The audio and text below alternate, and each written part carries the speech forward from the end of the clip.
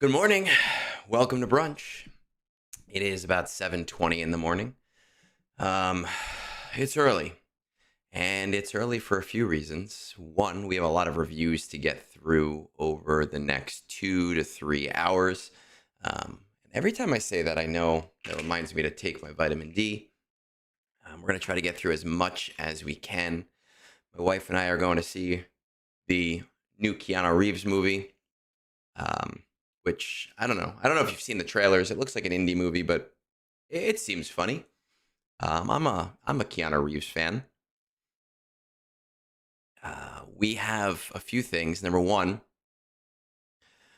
we are looking for somebody. Waken Mandalorians needs a 50th because we are losing our first to the pre-Relic Delta hate, right? So our first guildmate has decided to step away from the game because of a game mode that they haven't played yet. That's neither here nor there because everybody is able to make their own personal choices about how they want to do things. And the second is that it is Moonborn's birthday today. So please, please, please, please make sure to send him a birthday wish. And really, I said this on Discord, it would tickle me so very greatly if if you sent him a voice note of yourself singing the birthday song, because I think it'll confuse him to get like 30 of those. We have TB to do. We have TB to get through first. My sound is off, so let's make sure. Let's get this game sound back on. Sound. No, I do have sound effects on. Why can't I hear them? So, inspiration. Da, da, da, da, da. Why can't I hear game sound? Audio setting.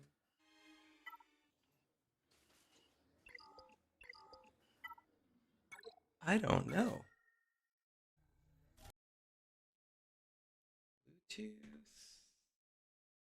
No, you hear the all right. As long as you guys hear the game sounds, I don't know why I'm not hearing the game sounds, but I can always figure it out on my end later.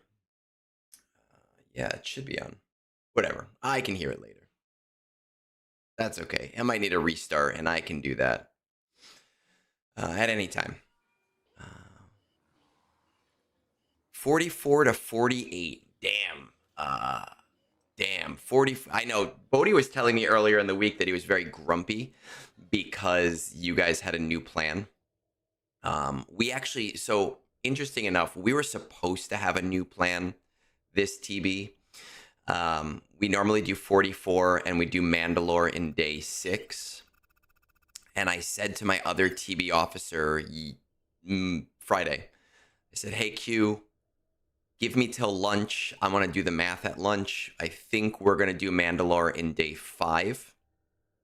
And that gives us more ability to do these things in day 6. And we might be able to do the jump to 45 or something. And then I had a plumbing emergency at my house.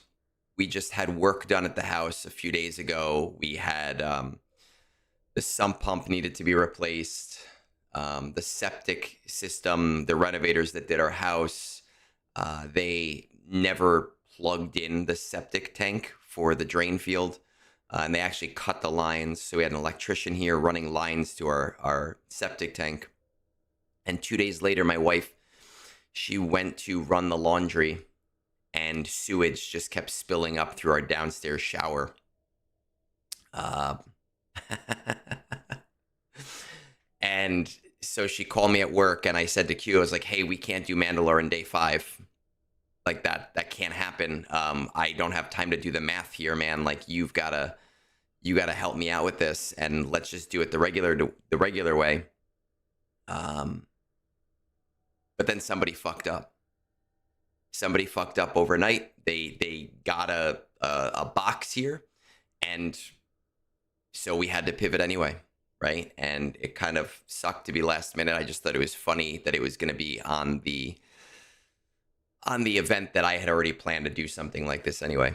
Hey, user, you piece of shit, man. Like, I'm not doing shots. I explained this to you an hour ago. What do you expect from economic changes? Here's what I expect from the economic changes.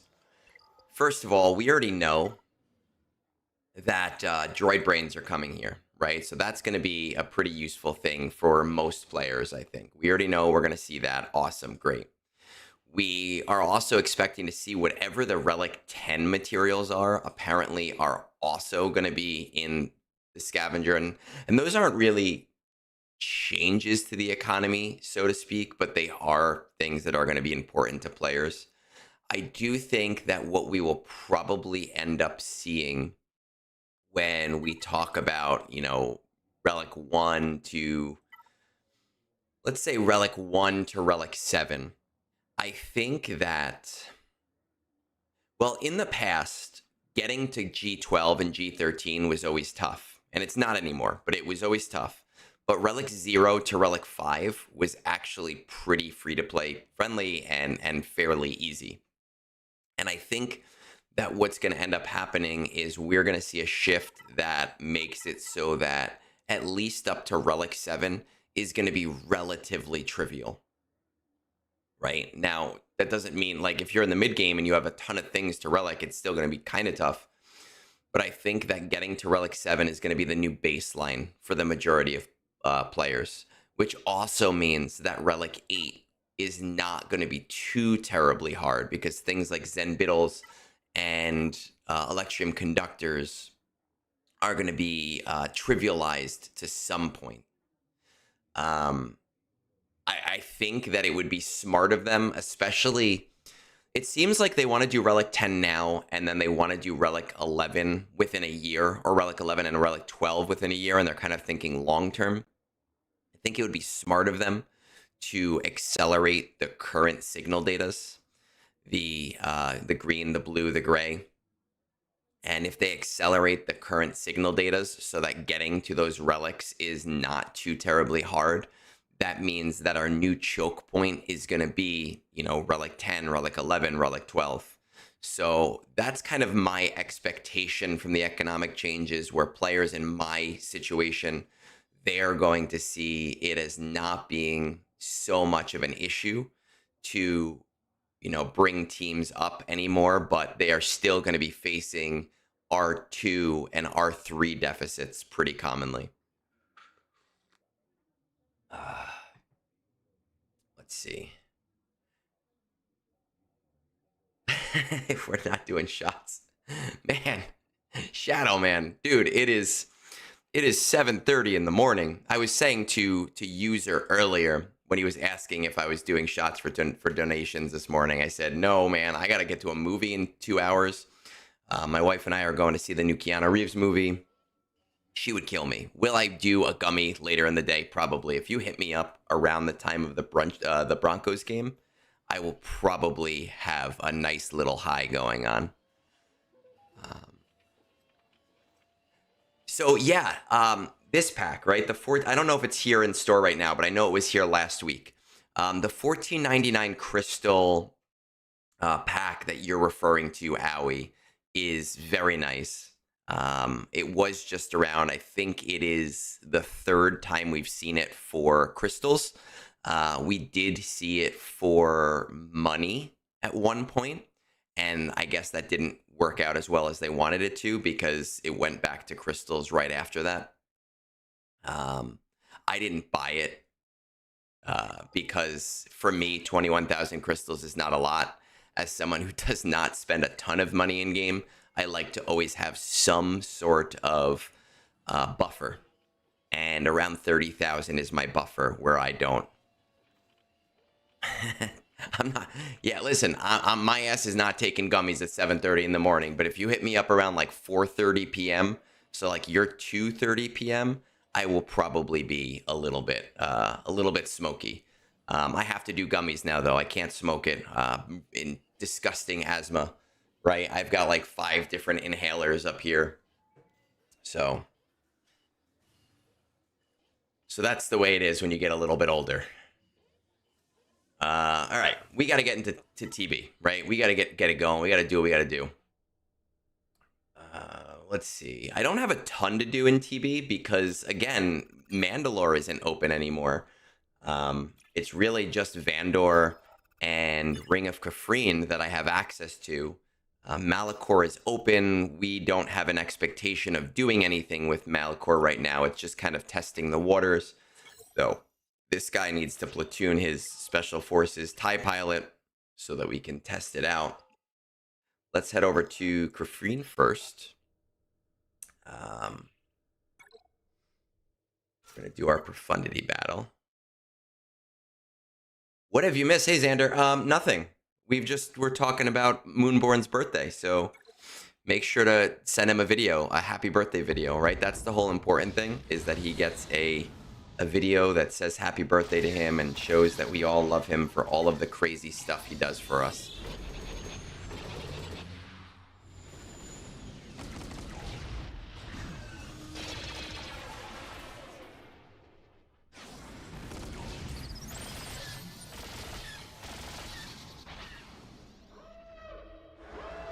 Yeah, so Owie, I invest. Oh shit, man! It's always day 5 that this counter seems to work auto with the new ship, but then day 6 it falls apart.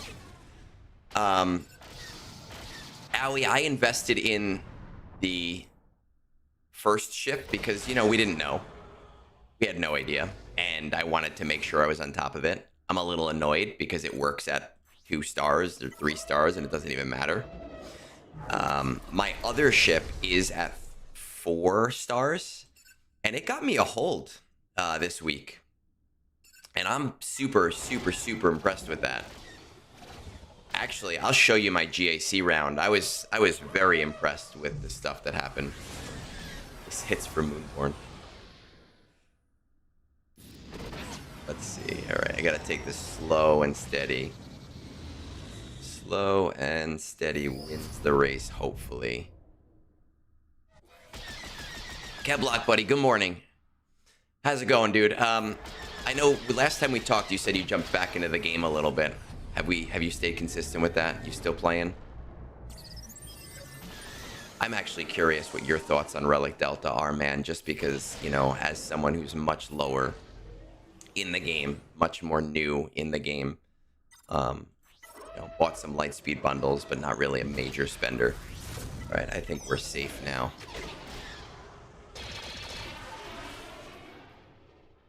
Yak is gonna be rough, dude. Shadow, you got this. 15 million account, like who the hell cares? You're gonna kick their ass.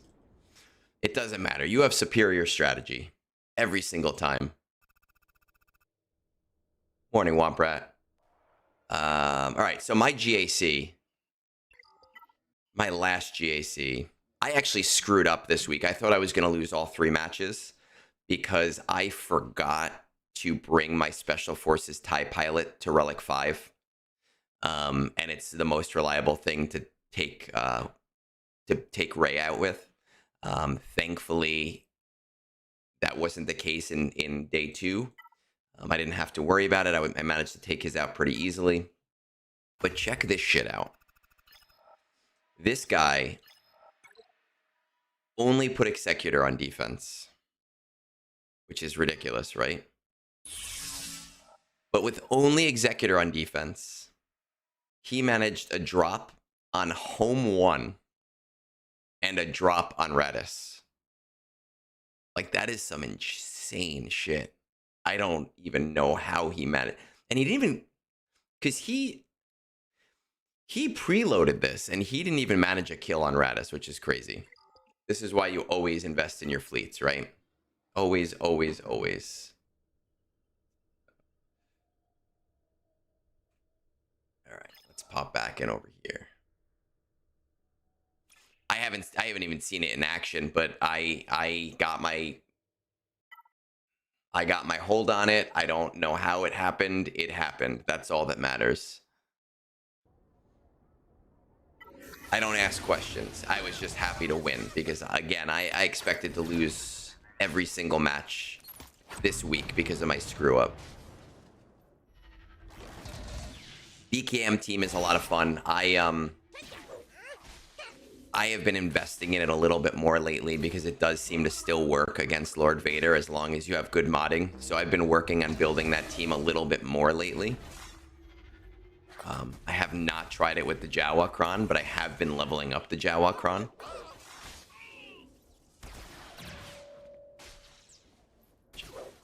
Triple meta fleet on offense is the way. That's what I do now. Now that Executor, right, in K1 and K2, you have all three fleets, or you're going to at least. And I figured Executor is worthless on offense now because everybody has Profundity at that level. So I don't know why. Oh, what the fuck? Just like hard going in. I might get fucked here. That is so rare. Fuck. What is this shit?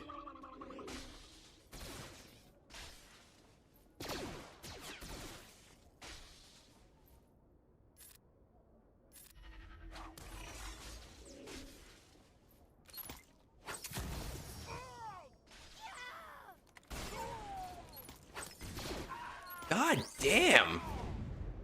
That never happens. Holy shit. They just like went hard as hell onto my shield generator. That is, I think, the second time I've ever seen that happen, even against the Mara Jade mission.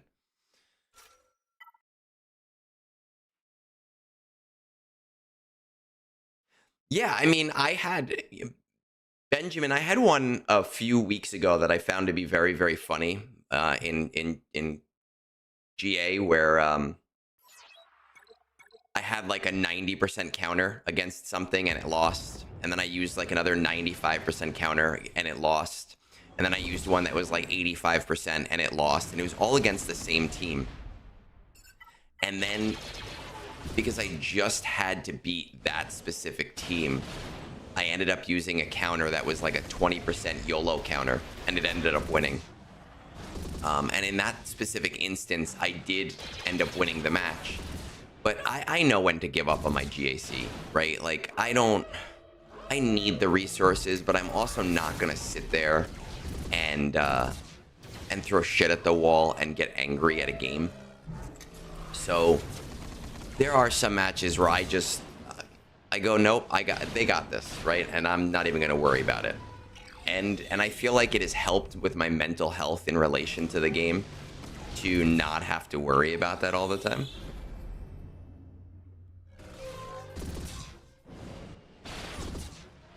And then the first match this week, you know, I used Seer Malicos against Ray with the Raycron because I accidentally used SLKR against SLKR. I just wasn't paying attention. I had to do it fast because I was working on, you know, commitments with trying to figure out other people's stuff. And I ended up using Seer Malicos, not expecting it to win. Like that, I was not like that barely wins ever anymore. And it just kind of wiped the floor with the other team. So sometimes it works in both ways.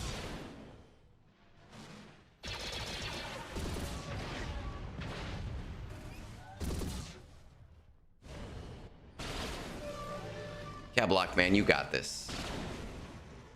I think, again, I've said this. I think that Relic Delta is going to be a benefit in Carbonite through Chromium.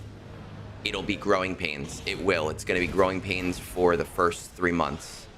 But then some of the really dumb players who play down there who have high accounts are going to have to be forced to move up. And you're going to see overall fairer matches. You know, not necessarily fair matches 100%, but overall fairer matches.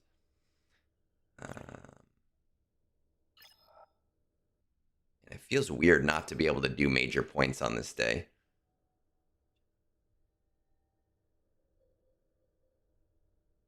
Yeah, I do it sometimes. And then sometimes I come back in a few hours and I go, oh, they fucked up too. And they fucked up too. Great, now I've won this match. You know, it happens. You know, before I do these, I just want to see what the math is on TB to see where we're at before I make these decisions. So 730 minus 652, it's 78 there. Minus 433. So we need 375 right now. We're at a negative 25. Okay. That's not that bad, actually.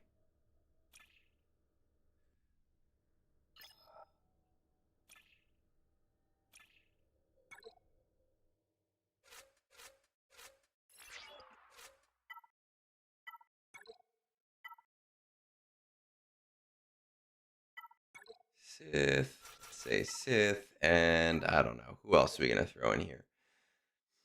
Let's throw Wampa in there because he's R9, right? Why not?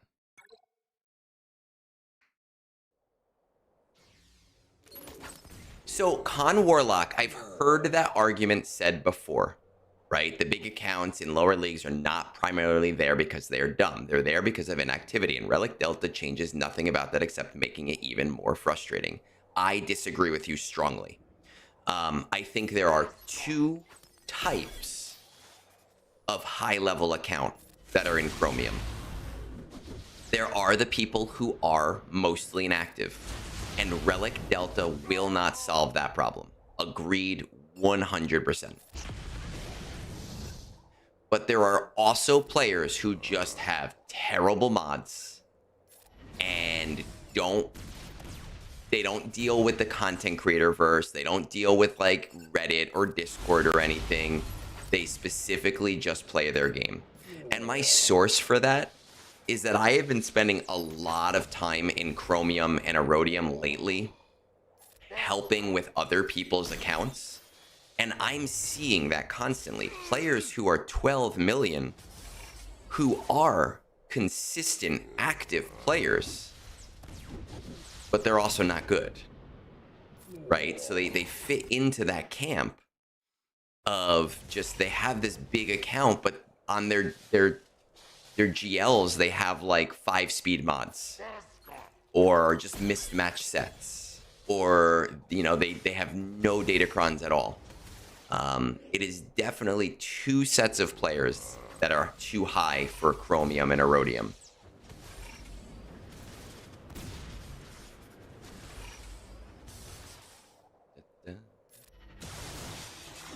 And this is not going to solve that first set, but it will help solve that second set.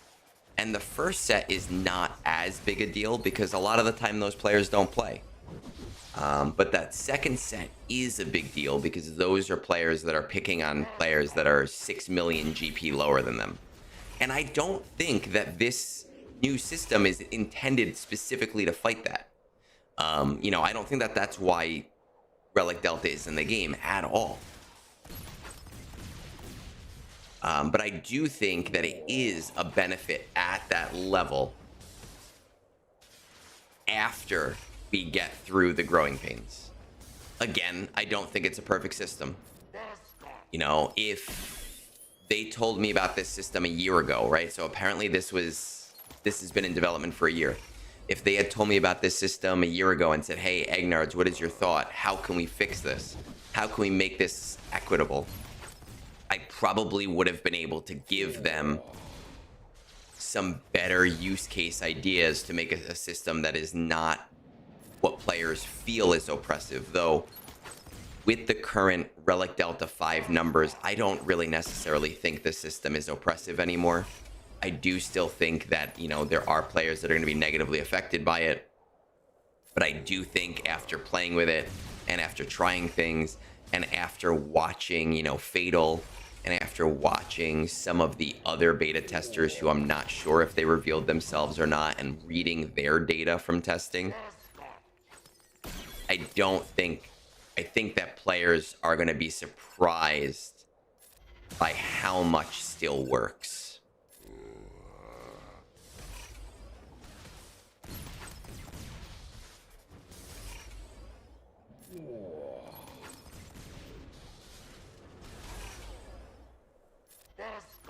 Now, I never remember which, in Sector 2, which guy I'm supposed to hit first, because I feel like depending on who I hit first, we either win or we lose.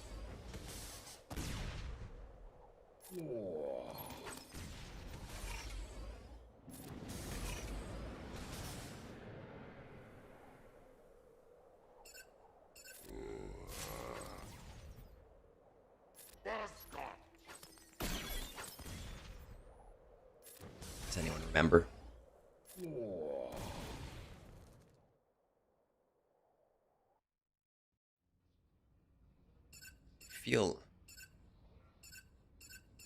I don't think it's the Sentinels that I usually hit when I win. They have gain health up or health down. If the buff was gained this way, dispel all health. No, Womprad, I know how to do it. I know what the strategy is, but I've been losing doing that strategy lately unless I hit a specific character. Oh, so these are enforcers.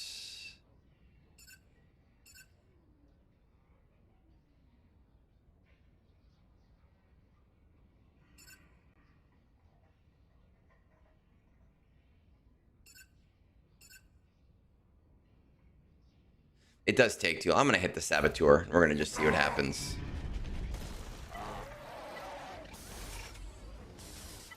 Oh, actually, let me use the blind with Malgus.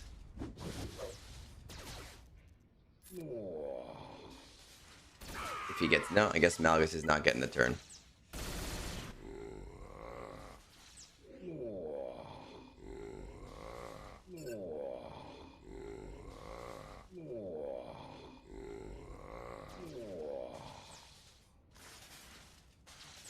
You guys get to hear Jabba's, like, weird sex noises?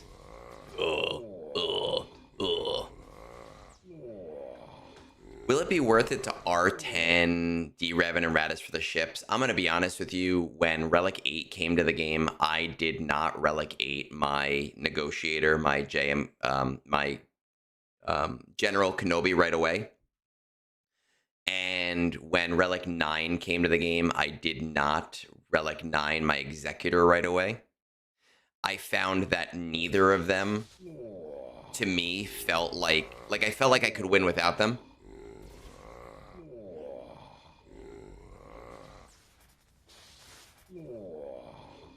Putting him on a post-it note seems like too much effort. Yeah, see? Like, I've been losing this lately.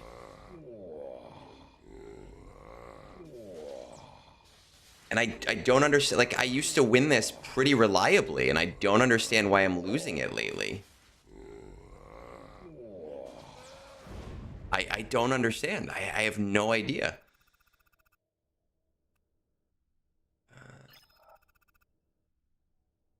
What else do we have? That's still not there. Oh, Jabba, I love you so.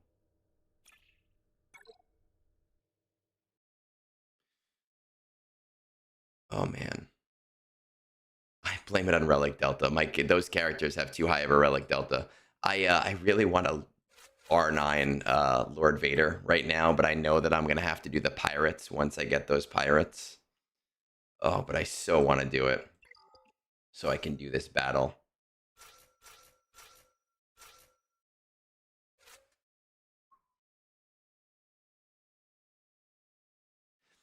Well, Warlock, that's what I'm saying. Is like, I don't remember which one does the healing immunity. And someone is telling me to put it on a post-it note, but that post-it note's going to get lost. I'm going to lose that post-it note if we're completely honest with ourselves.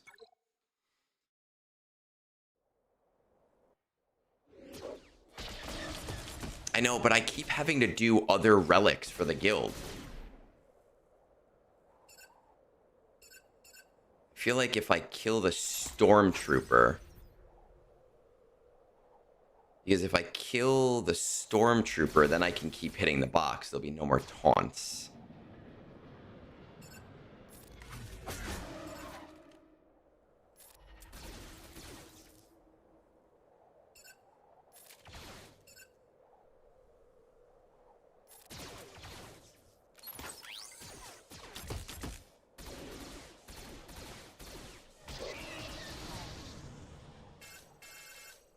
Of course, we got a fucking death note or whatever.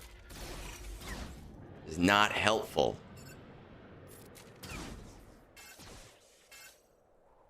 Not helpful at all. I need Lord Vader.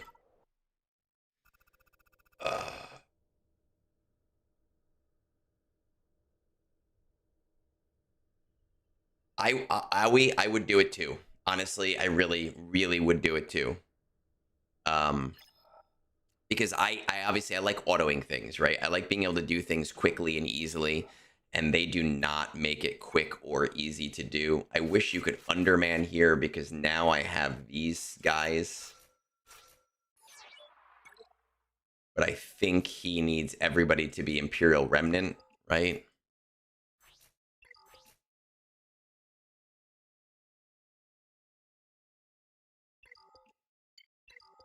I don't know. We could try it. I don't lose anything for trying it.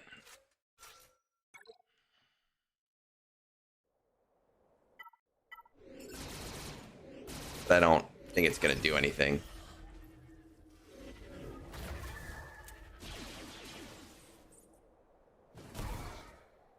If it does, it'd be very funny.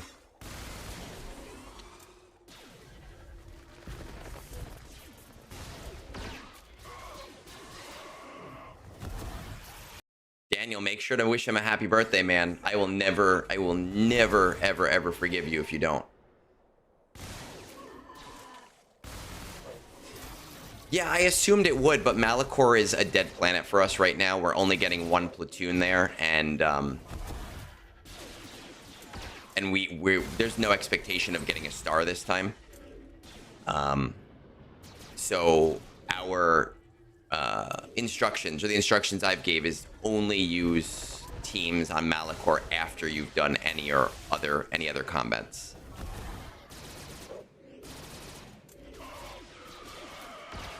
This is surprisingly, I mean, I don't know if it's going to do anything in Wave 2, but it's surprisingly doing what I need it to do in Wave 1.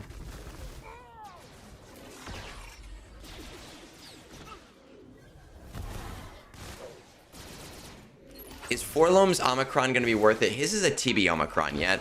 Yeah. We'll check after this battle, because I don't even think I've read the Omicron. I'll have to look. Let's look after the battle.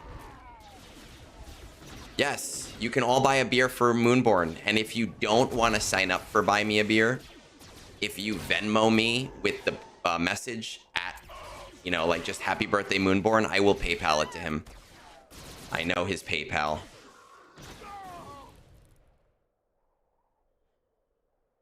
But I did post a link to his Buy Me a Beer on, in that thing. That thing that we don't talk about. All right, let's check out the Forlom Omicron, right? Because he is in game technically. Bounty hunters. All right, let's see. Forlom's Omicron. What is it on? On his leader? No. On his unique, yes. Start a battle. Bounty hunter allies gain 100% offense and max health whenever an enemy with 3 stacks of corrupted translation ends their turn. Forlom gains an additional 50% turn meter. Interesting.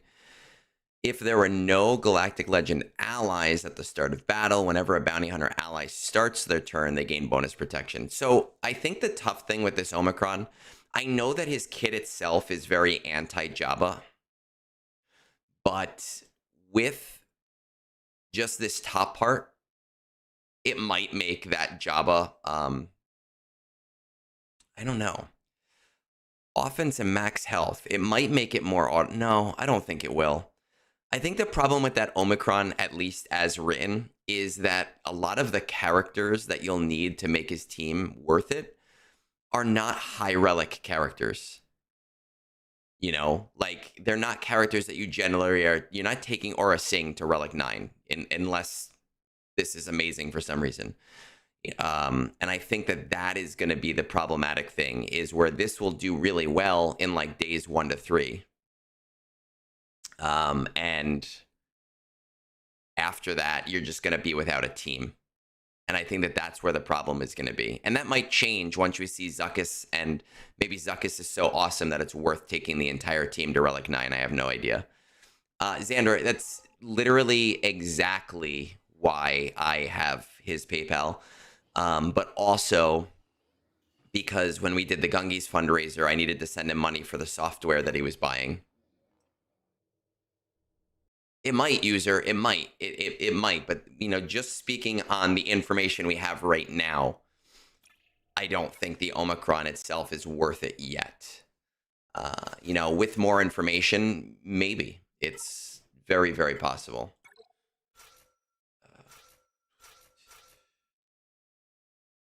All right, let's see if this works. Sometimes it works, sometimes it doesn't.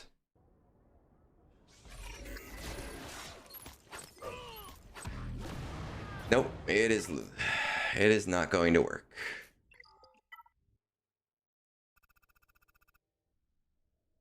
R9 Forlom. Of course you're going to R9 Forlom. All right, I have to run the bot in my guild thing.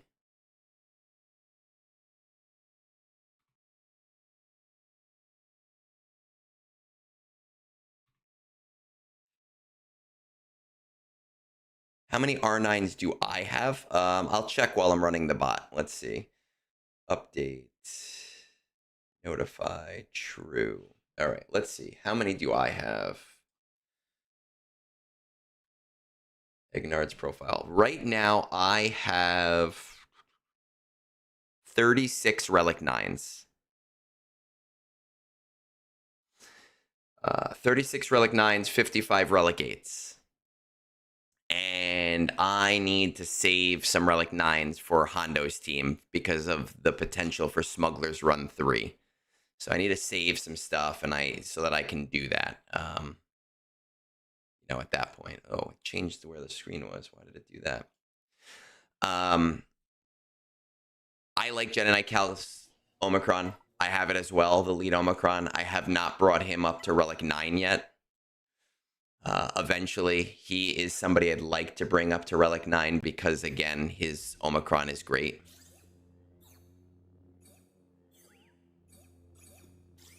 "36 Relic 9s in a row. No. What do I have? I mean, I'll show you the Relic 9s that I have.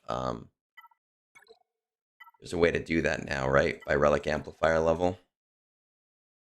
Okay, so those are all our Relic 9s.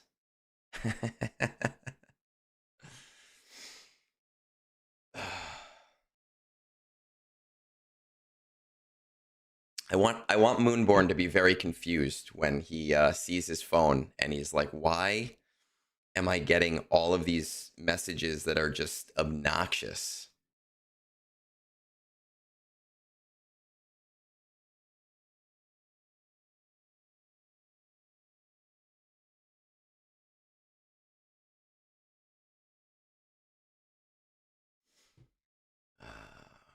You know what, Phil? We actually talked about that a little bit earlier. When it comes to the relic economy, the thing that I am expecting for Relic 7 to be the new stopping point for things, where Relic set, you know, like G12 used to be the stopping point. Then Kyrotech wasn't as big a deal anymore. And then R5 was the stopping point. I'm expecting R7 to be the new stopping point for most things.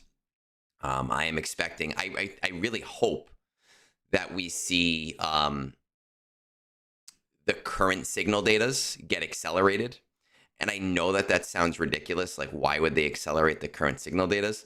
But if they're introducing a new signal data with Relic 10, and the reason for Relic Delta seems that they want to be able to release new Relic levels more frequently, I think that they want to get us through to those levels, so that we're not feeling as bad, but then so the people who are going to spend more are able to do that spending more at the very top end.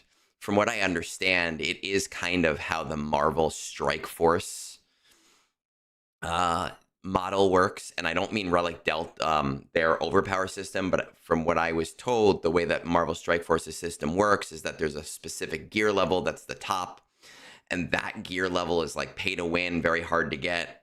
And then the next level under it is very easy to get to. And then they move that up by one, and then that next one up gets a lot easier, so that players are always like one gear level below. Um, Xander, on Discord, people were joking that we needed to ban Fat Phil because he actually had some good takes on Relic Delta that were more measured, and we were laughing and joking about that on Friday night. So, I think that Relic 7 is going to be the new generic stopping point. Relic 8 will be the bleed out point where, like, you can still get a lot of them, but your whole roster isn't going to be Relic 8. And then everyone who's spending or pushing harder is going to be able to kind of push into Relic 9, and to push into Relic 10. I am going to go refill my coffee cup. Then we got some roster reviews to do because there's nothing else going on in game, right? Actually, before I do that, the store refreshed literally right now. So let's grab my store refresh real quick. Owie, I agree with you. I think that right now the only upgrades people should make are the ones that are necessary.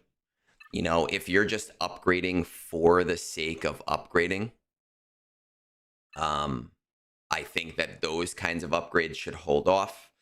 But if you are upgrading because you need a specific thing to advance, then it's not worth holding off. Signal data from Smuggler's Run 3.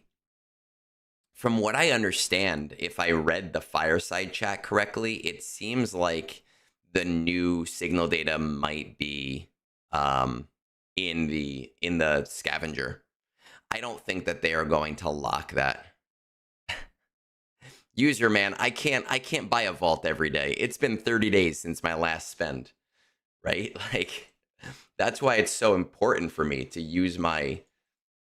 Where is the stuff that I want? Oh, because this is the guild store.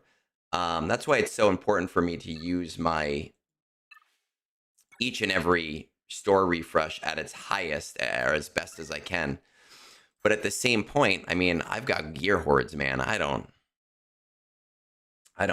need them at the same level that you do. I did this already. Let's get my mod stuff from here.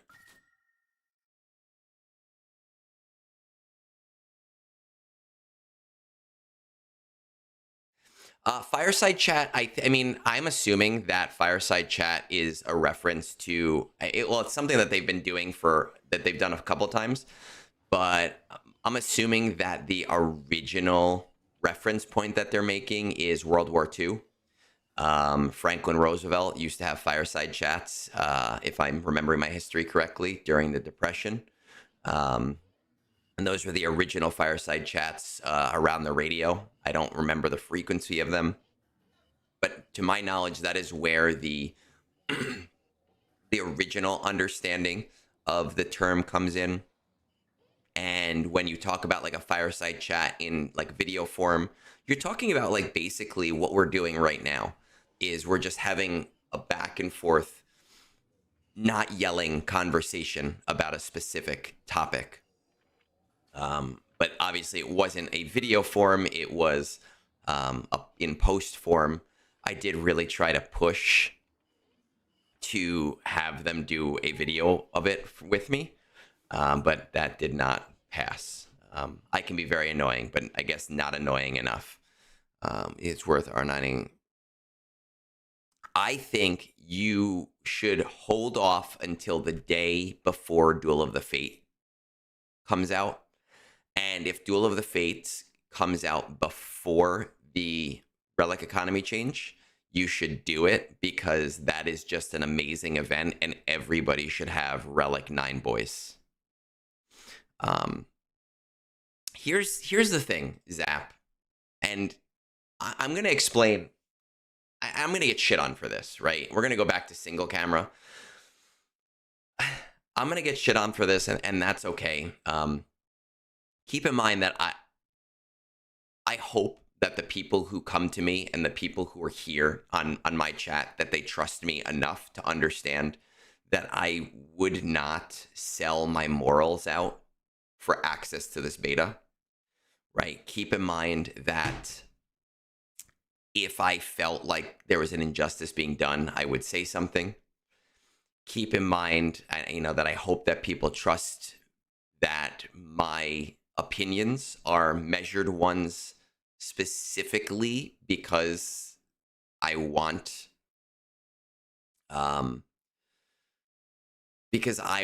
to be fair to both sides in terms of what they need and what we need. But I know I'm still going to get shit on for saying this. And I've done this before. Anytime CG releases information, we behold them to it. Even if the information they give us is, hey guys, we're thinking about this thing, but we're not sure about it yet. No matter what, we behold that to them to that. And that can be a very detrimental thing when you are a company, because now, yes, you have to be very careful about what you are going to say, right? To anybody, because you are going to be beholden to everything that you say, even if you stipulate it and say, hey, we're thinking about this thing. I have had discussions with Meathead. I've had discussions with other developers. They are very aware that no matter what they say, any single time they try to be transparent, that they get shit on. No matter what is going on in the game. And to some extent, they understand that, but they also understand, hey, we have to make sure that what we are saying is what's actually happening, because once it is out there, there is no changing it. There is no tweaking it. There is no, oh, we were wrong, we have to fix a certain thing.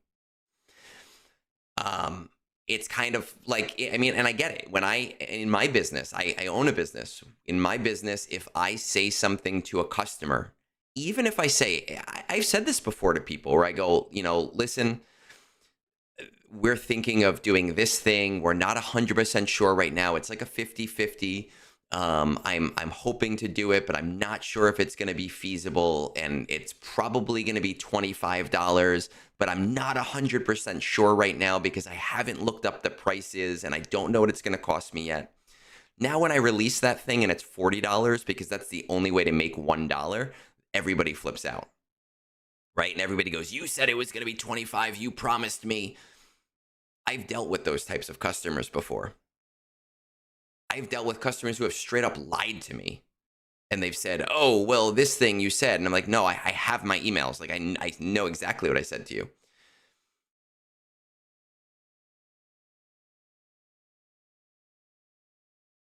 Yes. So the thing, and my criticism of them, because I criticize them too about the era battles. My criticism with them about the era battles was when they communicated that, right? Because we were used to a specific pattern, and they chose to not communicate that to us until after the first marquee. And the first marquee was the one that you had to invest in order to maximize the era battles. So my criticism, and I said this to Meathead privately, and I said it publicly, was it's not so much that they changed things with the era battles that were the issue. It was that they changed things after the point of no return and didn't communicate it to us beforehand. and that if they communicated it to us beforehand, then it would have been totally fine for them to do that. And in that sense, I was very critical of them for that. I think, listen, CG is a company, just like my company is a company. My company needs to make money. That's the reality of it. Now, the thing about that is, in my business, when I raise my price,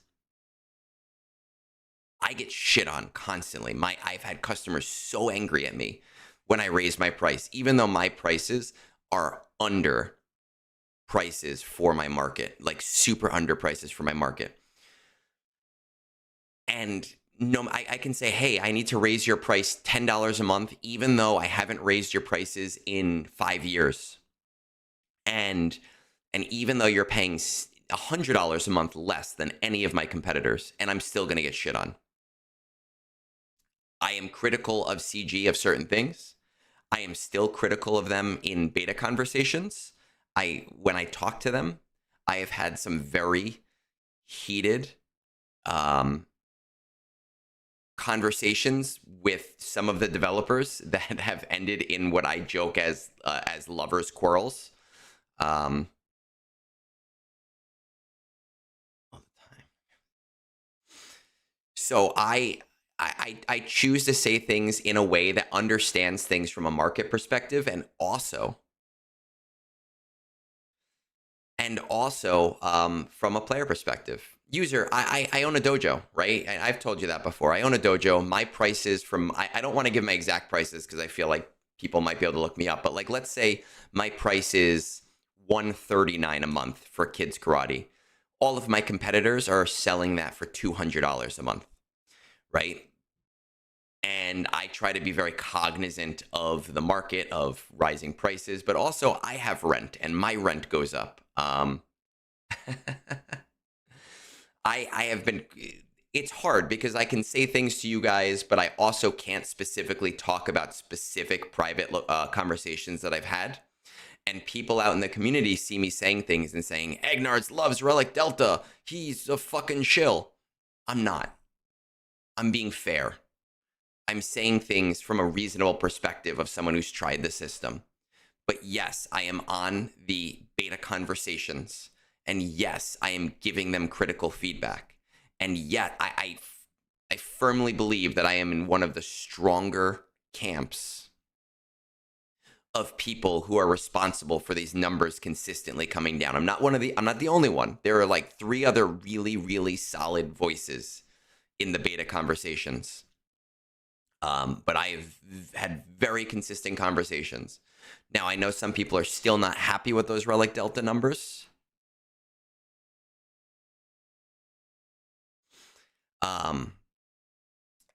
And I think we have at least at least one more version left. But it goes back to the original conversation. They're changing one thing at a time based on the data they're seeing. And they're changing it to where they think the exact should be so that they don't have to raise it again. Yeah, Platinum. I almost did that last year. I looked at my books last year and I was losing money every month.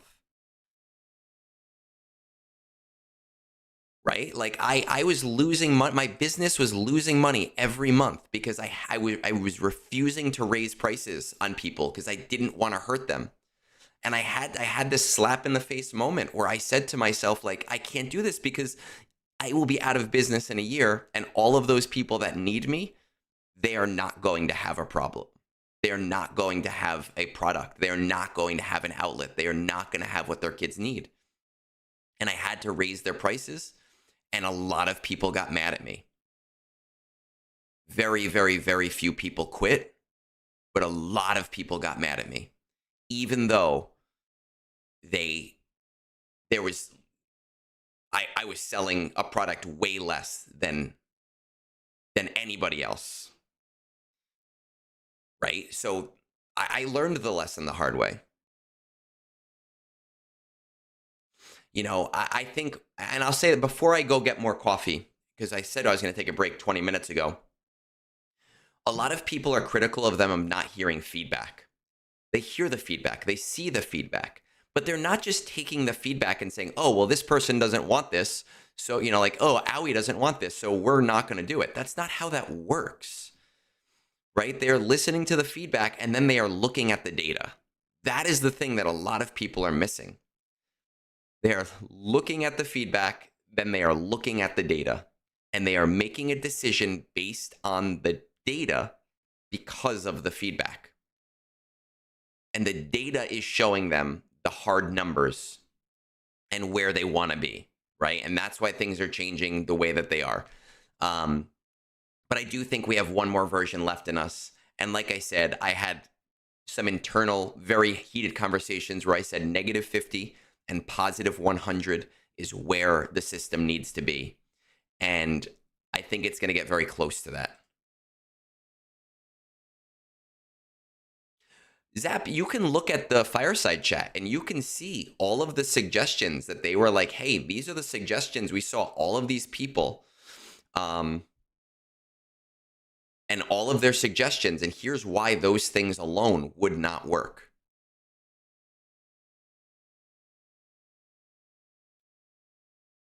I don't think people realize how much Relic Delta 4 and 5 fights are rare.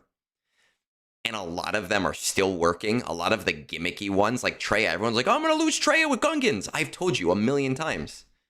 Even with version 3 numbers, which are higher, Treya's still beating Gungans at Relic Delta 5. You know, the fireside chat was a post. It was not a video. I wanted them to do a video. I pushed for a video. But they didn't do it. It was a big, long post on the EA forums. And they did like a whole thing in the end of here were the suggestions we saw, and here's why it wasn't going to work. And a lot of people are like, oh, this makes sense now. Doesn't mean that they're happy about it, but they were like, oh, it makes sense now. Not a perfect system. I personally don't think the game needs the system. But also, I don't know their books. I haven't seen their books. I don't see what they pay. I don't see what things cost. I don't see how much money they're making each month. I don't see how much of that goes to EA. I don't know. I don't see any of that shit. I have no idea.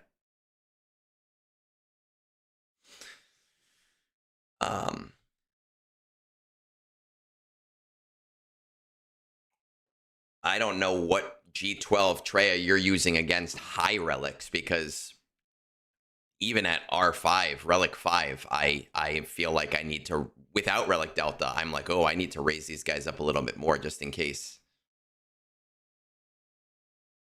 All right. I do need to take a very quick break to get a coffee. So we're going to pop into my break screen, and then we've got some roster reviews to do because I want to be able to get as many of them done as possible. Because next week is boring brunch. Next week is the brunch where there's nothing going on in game. And I like to have a guest on, and my guests typically are not roster reviewers, so I don't do as many of them. So I'm going to say this. Look, here's the deal. I think that the bonus drops are kind of useless at this point, right? I get that. They're like, shit, I've gotten like nothing. But my counterpoint to that is that they're free. You don't have to pay anything for them. They're just there. It's just a free thing that you get on top of what else you were getting. You know, they were much better in the past. No doubt. And they are kind of like, oh, this kind of sucks. No doubt. But I don't have to spend towards them. I can do one little thing and go, oh, I'm not interested. Anyway, I will be right back.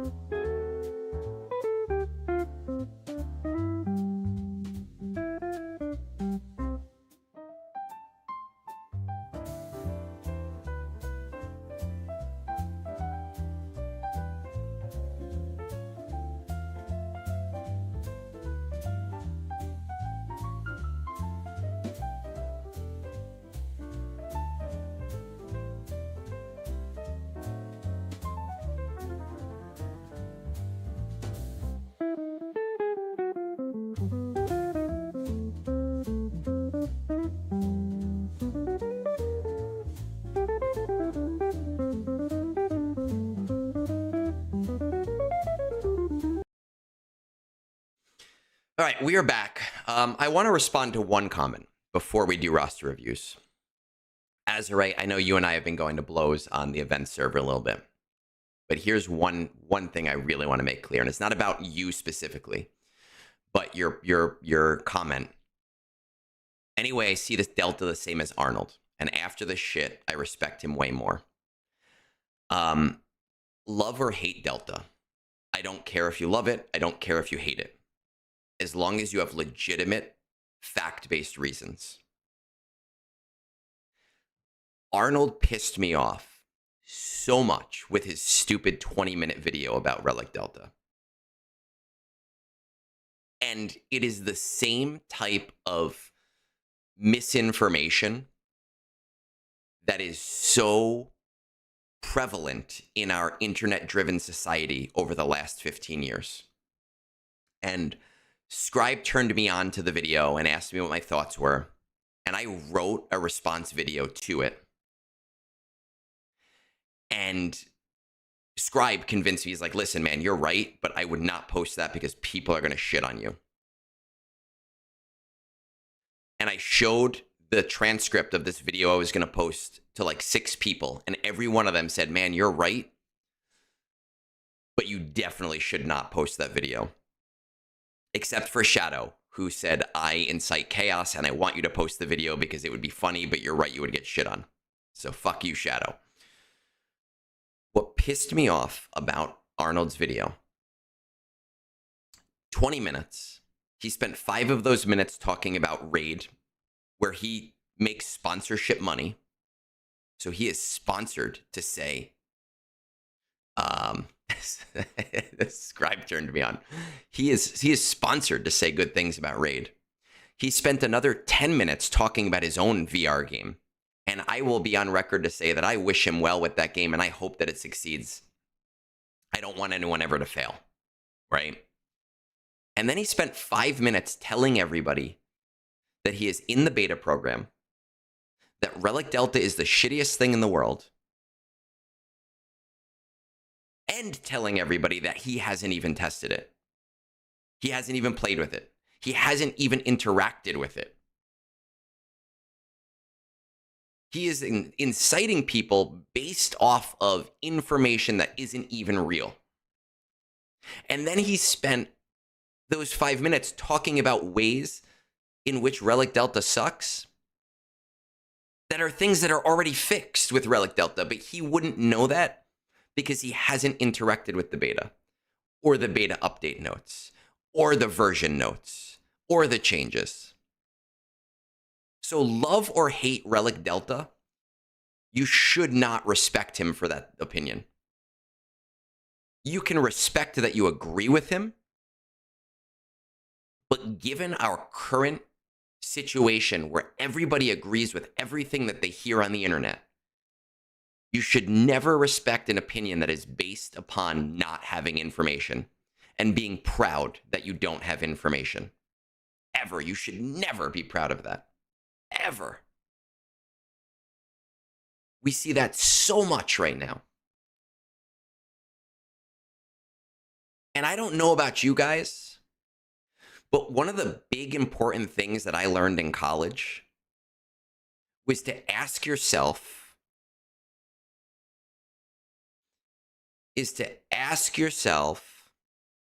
where your information is coming from and if it is a reliable source of information. You know, like if big if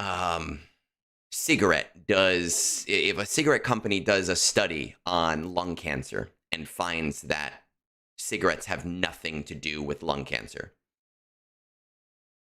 ask yourself, does the company putting out this study benefit from the information? If the answer is yes, you shouldn't trust it. That's just how it goes. And when you have somebody promoting 2 other games, one he's getting paid for, and one he is paying in order to make it his moneymaker, while actively telling you that he has not participated in the beta at all, you should not be taking his word as law. You know, it is one thing to say I don't like Relic Delta. It is one thing to say I have tested it and I'm not happy with it. It is one thing to test it and say, hey, guys, listen, I don't like this system. Let's rally. Let's boycott. Let's not spend money. Let's quit the game. It is one thing to do those things, and that is fine. And if you want to do that, I don't agree with you, but I support you. But it is a totally different thing to say I have no information on the system. I haven't interacted with the system. I haven't tested the system. I am actively telling you those things. Let's shit on it. I can't get behind that. That is such a prevalent thing in the society right now. It is such a prevalent thing in American politics right now. I cannot get behind somebody doing that. And it pissed me off. Put out a video that is angry as hell. I don't care. Do it. But do it based on facts. Do it based on actual evidence, not based on literally admitting that you don't know. All right. Now that I've said that, Kyle, there is no GAC right now. Right now we are in GAC. What? Man, my brain is so tied up right now. We are in setup phase. Now, with that said, we do have roster reviews to do. Right? And so we have to play the roster review song, which makes me happy. The roster review song always makes me happy. So we're going to play that, and we're going to get into our reviews for the day.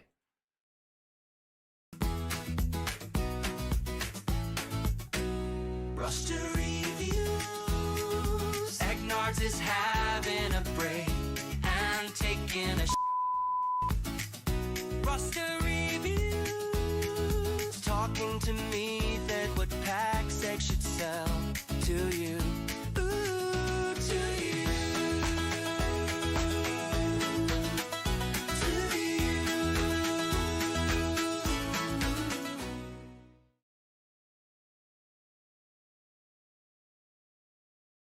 All right, we are calming down. We have a bunch of reviews that need to be done today. I want to get as many of them done as possible. I'm on a tight schedule with this movie that we're going to see. I really want to do Egnards Draws 2 if we have time. So let's try to get to this. Now we have Tavarius, who, interestingly enough, oh, it looks like I have to fix this. Nope, that's the wrong one. This one. We have DarthTavarius, who's been waiting a while because he wanted us to skip him one week because he wasn't here, and then he was on the phone, and then I skipped him because I didn't see him, and he's like, you know what, just do it. Don't worry about it. So we've got Tavarius here, who would like a review, and has been waiting a while, so I'm sure the notes are not going to be as super accurate as we want them to be.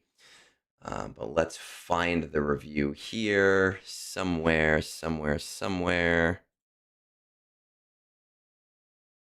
Pull Discord back up. There it is.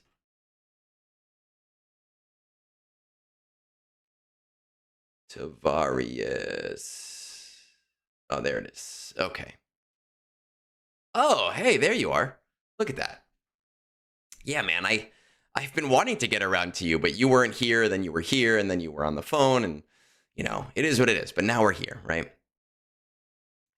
Egnards could sell me any packs. So we're going to assume that most of this is accurate, but it's been since almost a month, man. Mostly executives' profundities with around, oh, let me just get a timestamp in here as well. Let's say 1:15. We don't have to be super accurate since you are here. Assault battles look all caught up except for Fanatical Devotion. And Fanatical Devotion is one, especially if you don't have Third Sister. I say wait for Third Sister to do that one. Just because it's such a pain in the ass without Third Sister. Pretty Patrol R7, Currently working on Leviathan. I'm assuming you're going to maybe unlock it this month. We'll check in a minute, which is tomorrow. R9ing your Pretty Patrol. Rabid Beaver would call PP, right? His personal projects. GM Morgan and Glow. GL Leia Organa. I haven't seen her called that in a long time. Are you dead set on continuing? Not really. I wonder what else would be efficient. How highly do you value efficiency? Efficiency is fun. I think I'm kind of reaching the end of efficiency, thinking of alternating GLs and smaller teams. Yeah, once you get to a certain point, your return on investment right now is pretty good, right? You're pretty close to the end, and you are absolutely correct with that. And that's where you can kind of like take loops and turns and kind of decide on what you want to do, maybe a little bit more. Are there any favorite characters? No. Shards for important improving Giants characters, 240 of 330 for Bane. So you're probably at 260 now, right? Because we've had Conquest since that. Oh, Passion Project. I'm sorry. I don't always listen to my Rabid Beaver. I've heard that if you get too close to Rabid Beaver, he forces you to quit the game. From what I understand, every content creator that ever gets close to him, they quit. So we have to be careful. Let's see. Tavarius, 10 million. We have our executor here. I want to check on your raid. Doing 8 million. You're doing fine for your guild. You're overperforming your guild. You're doing exactly what you're... M3 I did. I promise, man. I got my D. 1, 2, 3, 4 GLs. Let's check out our gear tracker. Are we on track for Leviathan tomorrow? It looks like yes, you are. Let's see what we have here. He took his D. I took my D and liked it. Sith Eternal, GL, Lord Vader is close. I don't like, I mean, man, Inquisitors.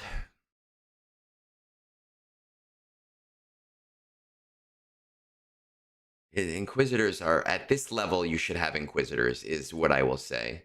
So I'm assuming you either ticket farm. I think you said here, indeed, I haven't been able to update it. I've started on Glow since the bonus Zeta drops. Okay, cool. Cal, Afro, Profundity, Executor. We have Jabba. Ahsoka's not as important. Jedi Master, Windu, Hondo. What I would probably recommend, just from a return standpoint, I don't know if you're doing this or not. We're going to look just to double check. I think I would definitely recommend, at the very least, slow farming for Hondo, right? So you've been here before. You've heard me talk about this before, the 3 levels of your farming, what you're relicking, what you're gearing, what you're shard farming.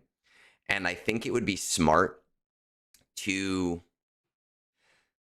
Yeah, I get it. But Third Sister is what I would call a... I would call a Swiss Army knife team.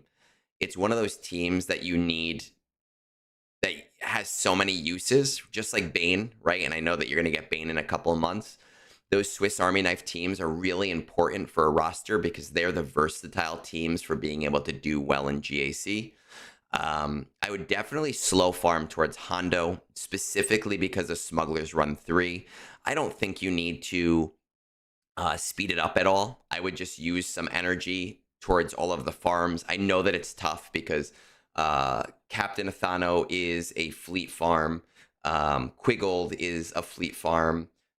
Brutus is a fleet farm, and that's a pain in the ass. But if you can slow farm towards him, I think that Smuggler's Run 3, and I know it's still up in the air. We haven't heard anything about it, but it's definitely coming, and I think it's worth working towards it while you're working on your bigger projects and the stuff that you're working on right now, right? And that's kind of the important thing. Let's see these Inquisitors.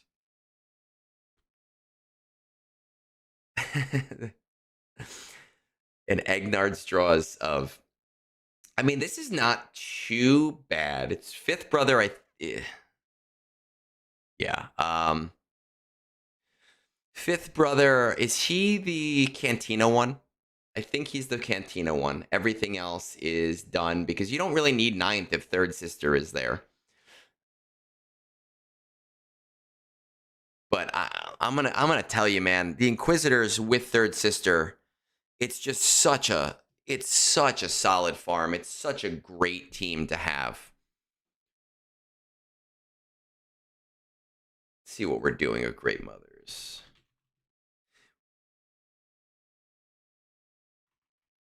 Now, my question for you is, we have the anniversary coming up.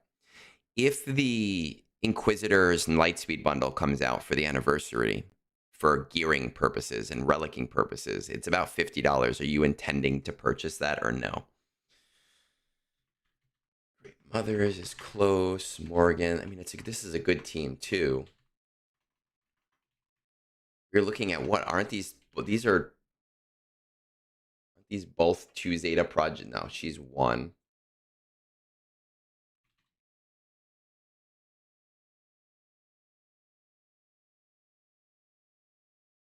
Oh, okay. So you still need her. There you go. So 9th sister you need for the specific unlock.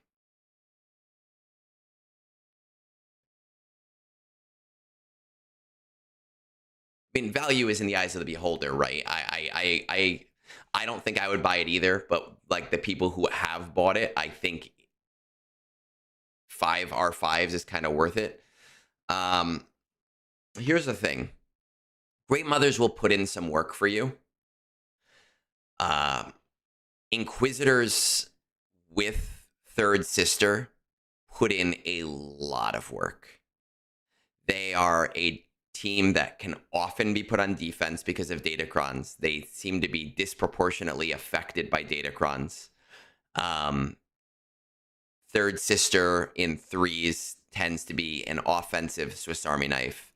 I think they are a smart team to go for. Now, as Con Warlock pointed out, for the actual unlock of the event, you do need 9th sister. So you might consider at least slow farming her and getting her up. And I'll confirm that in the journey guide right now, but I'm pretty sure that he is correct.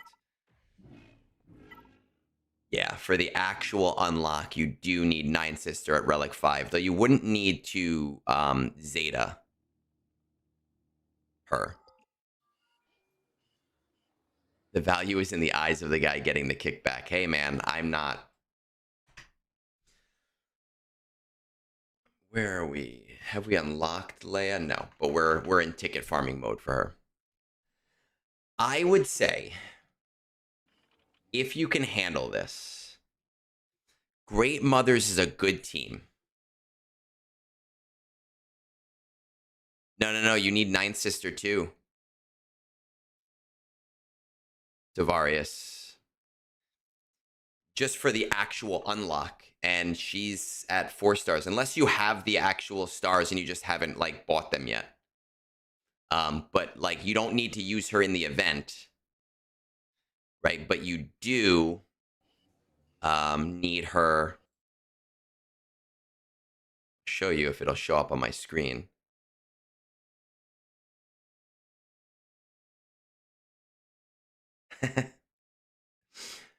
There we go.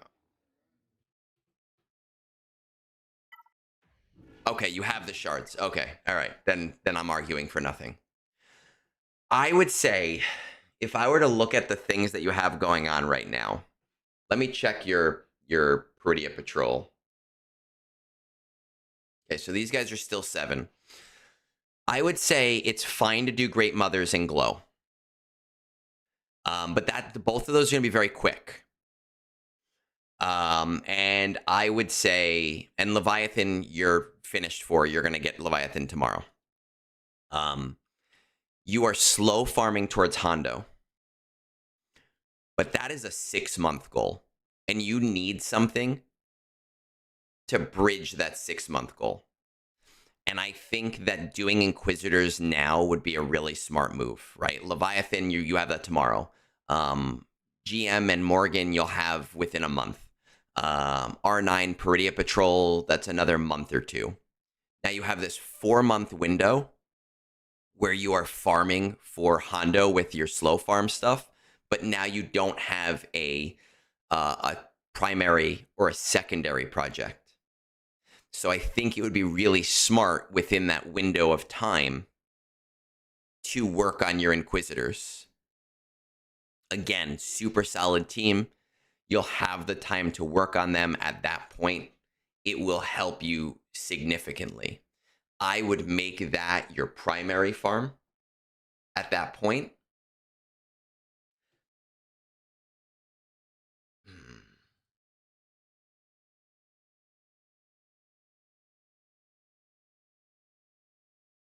Gas. That's actually really cool. That's one of the big things that you need for Lord Vader, because that's such an easy thing. Yeah, it just becomes your like in between kind of thing. What do your other clones look like?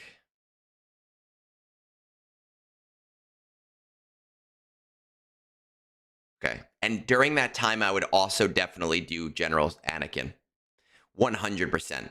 I would get him finished out. I'd get him to Relic 8, because that's kind of the relic you need him for Vader, and I think for Ahsoka. Because for our GL Hondo, you need him at Relic 9, right? So you might as well get him to at least Relic 8. That'll give you the 501st team. That'll give you the Inquisitors team. And that'll probably lead you right into doing Hondo. I definitely would prioritize. I definitely would prioritize. Fuck, why am I blanking on this? Oh, Bane. When Bane comes out, like you should be at. I know this says 240 in your notes, but it should be at 260 now because this was about a month ago. So I would definitely like make sure that you have the stuff for him. But other than that, that's the path that I would go on. His DS clones are not there yet. That's why I actually looked at that before. I do think that DS clones and Lord Vader is a pretty solid move at that point, but we're talking 5 to 6 months out, and a lot can change in those 5 to 6 months, especially with Relic Delta. So I think the smartest move is to go down the path you're currently going down, but slot Inquisitors in there and slot General Skywalker in there. They're both going to be heavy Zeta farms, but I think that they are going to be smart farms for your account. As for Malicos and Trench Lightspeed bundles, you know, I don't think that we're going to get those very soon, just because we just got Ascensions. And those Ascensions are like the more expensive Zeta-laden Lightspeed bundles. So I don't think you're going to get a cheaper value than that right now. When do you think is a good time to slot in JMK? The thing with JMK is I really feel like he's a lower tier priority. He is a high tier GL, but he is a lower tier priority in terms of what he affords an account. I think he has become more of an offensive team now, with a lot of newer things really just putting him in his tracks. But I think that once you get to about your 6-month goal, and once you have knocked out Leviathan tomorrow, GL Leia, which you're doing kind of now, GM and Morgan, which will take you about a month, R9 Peridia Patrol will take you about a month, Inquisitors, maybe 2 months, General Skywalker, it's just Skywalker, so that you don't have to worry about as much. I think at that point is where you've hit the point of having whatever you want. And if you want to slot in JMK there, that would be a good place to slot in JMK. But I would be just a little hesitant to have a hard and fast locked in plan right now. And just working towards it a little bit, just because with the economy changes, it might shift things. You know, where the game is in 3 months might shift things. I would say start thinking about those things as you start to finish Inquisitors. right? Because you're not very far from JMK, and you already have Cat. But I think the other things are going to be smarter right now plans, if that makes sense.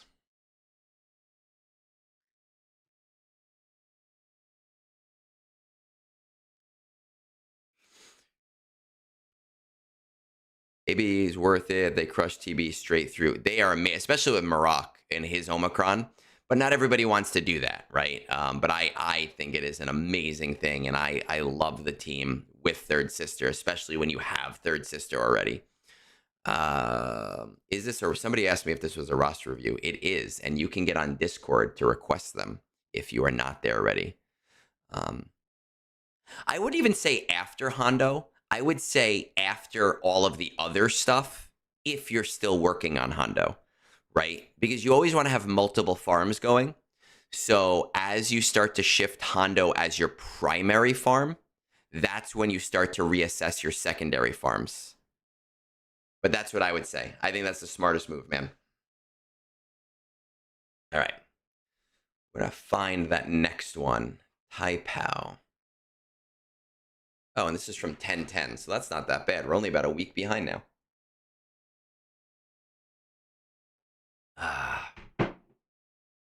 Right? It's always about multiple levels of farming. And right now you have all 3 levels filled. And you have extras for after that. So that's where we want to be. Oh, the egg emojis. Good morning, Kabuto. I love the egg emojis. Big fan of them. I love when people use them too. All right, Typauu. Let's see. Discord. Typauu is what time? 1:32. Okay, let's see. 15 or so executors, couple of profundities. Yes, we are communicating. I'm usually in the top 5. Salt battles. Nothing on Fanatical Devotion yet. Place of Power CT1. Ground War still CT1. That might have, some of these might have changed. What are you currently working on? Rounding out Profundity and building to Jedi Knight Luke. Are you dead set? No. How highly do you value efficiency? Pretty efficiency based, but still fun overall. I don't want to just jump GL to GL. Maybe try building a bunch of counters to GL. But I thought about building just fleets and then a bunch of counters to teams with middle GLs. Maybe just building Jabba, Leia, JML. Okay, perfect. Glad you said that. I'm going to say you're about 4 to 5 million here. Let's take a look. You are 4 million, almost exactly. I feel like this is going to be a very fast one. Typauu. No GL. Now, I'm going to say you have no GLs at all. I would love to see, I've said this to people before, I would really love to see somebody build an account that has 0 GLs and they get into the end game and they have all the requirements for all the currently available GLs. They do all the journeys for them and then they unlock them all on the same day. I think that would be the funniest long con ever. But that's just me talking out my ass. When I actually talk about how to build an account, you know, that is a different thing, and we want to make sure that we do things right. So let's see where we're at. Places of power, so probably Sith for you. All right. I'm going to tell you that you can probably do Places of Power level 2. I did Places of Power level 2 with no relics. And I did it with Papa Palp lead. I did it with not the greatest team, but if you do it with like Papa Palp lead, Nihilus, Vader, Treya, and maybe Scion. The goal is to just go slowly through each round so that you can annihilate each round. And I used to do that constantly, and I had like Gear 8 and Gear 9 characters for Places of Power CT2. And this was back when you could not sim it, and you had to do it every single month. I want to check out Military Midas CT3. Let's see these Jedi. All right, the Jedi are not so great. Ships.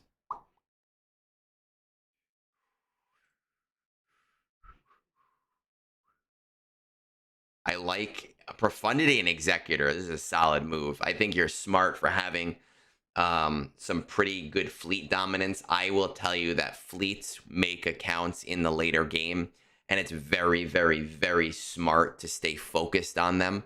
I I think you're good for right now to not go too hyper crazy. You should always have like 2 or 3 fleet things that you're sharding, slow sharding, because they take longer. So definitely continue down that path. But I am going to tell you that one of the smartest moves that a player can make at your level, and this is really the crux of your entire roster review, is getting one. Where is it? Two.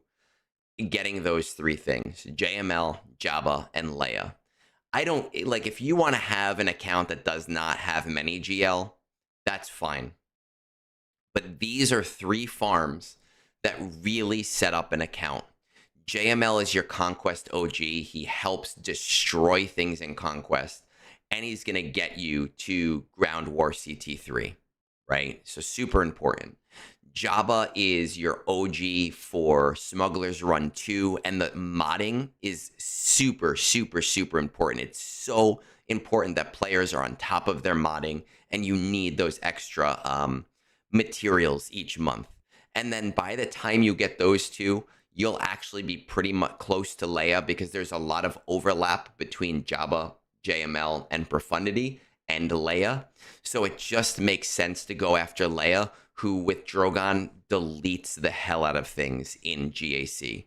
I don't care if you get any other GLs. I think it's kind of silly not to, but if you just get those 3 GLs, your account will then be in a great place to start talking about the counter meta and making sure you have all of the counter meta things. So if nothing else, I say take the next 6 months, work on those 3 things. Then start focusing on the counter meta if that's the route that you want to go with your account. But if nothing else, those 3 things first. Non-negotiables, in my opinion. Now, your Duel of the Fates is at Relic 7. At 4 million GP, I don't think it needs to go to Relic 9 right now. I like the farm as a Relic 9 farm, but at 4 million, I think you're pretty good. You don't have to worry about it right now. Focus on these 3 guys. Don't worry about anything else. Just slow farm a few ships. You're pretty caught up on, like, you're more caught up than most people are at 4 million GP. But no matter what the ship is, make sure that you're just doing like 2 or 3 of them at any one time, because this will win you GACs. I got nothing else to say, man. That's the smart way to do things. Like I said, super, super, super quick roster review. Yeah. Yes. User, I don't want to call you out right here but as I'm reading your Discord chats, yes, that is the difference. This is why I have to relearn how to do roster reviews with you. Yours are so different because you speed through things so quickly. Oh, man. We are going to move on. I wish I could be more specific with you, Typauu, but I think that those 3 things are just what you need to do. And once you do that, come back to me and we'll map out a non-GL plan, right? If that's what you want, but get those 3 things first. All right. Let's see, we got Discord. Going to 8, 11, 10, 11, 10, 12. Excellent. All right, we have Alex, who's usually here, I think. I don't know if he's here this morning.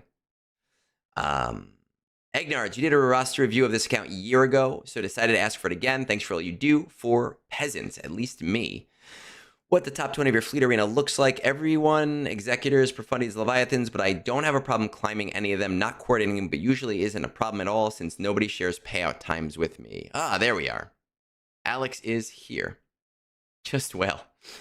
Assault battles. 3, 2, 3, 3, 3. No Inquisitors. Okay. Duel of the Fates are 7. I don't like this so much, but it depends on where your account is. Currently working on Bane. Tarkin, Kola are 9, Balin, Ray. Who's Kola? Is that Scorch? Balin, Ray, and Paw Patrol. Are you dead set on continuing? Yes for Bane, Tarkin, Kola, and PP. The others I will mostly I shot the bird. I know you sent me a message, Dan, with it. I have to take a look. I have to take a look after. R9 Duel of the Fates, I don't know if it's necessarily a GP thing. Well, it is and it isn't. But I think around like 8 to 10 million is where you should really strongly consider it. And after 10 million, it's like a hard you should have this. Um, like a mix of both. Bane, you are close. Do you have? Well, we can look if you have Bane. I can't remember if this was before the Conquest ended or not. Jocasta, not important. SM33, I mean, not important unless you went for Hondo. Maz, I've heard she's been doing really great things. But again, unless you have the pirates, I don't think it's super important. The rest not unlocked, but have full shards already. Okay. So let's see. I'm gonna say, I don't know, it feels like 8 to 9 million here. Somewhere in there. Let's see. We have 8.6 million. And while we're there, we're gonna take a look at Dan's message.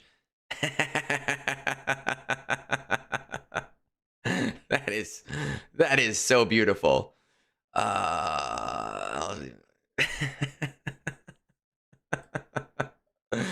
Oh, that's beautiful, Dan. It's unhinged and beautiful.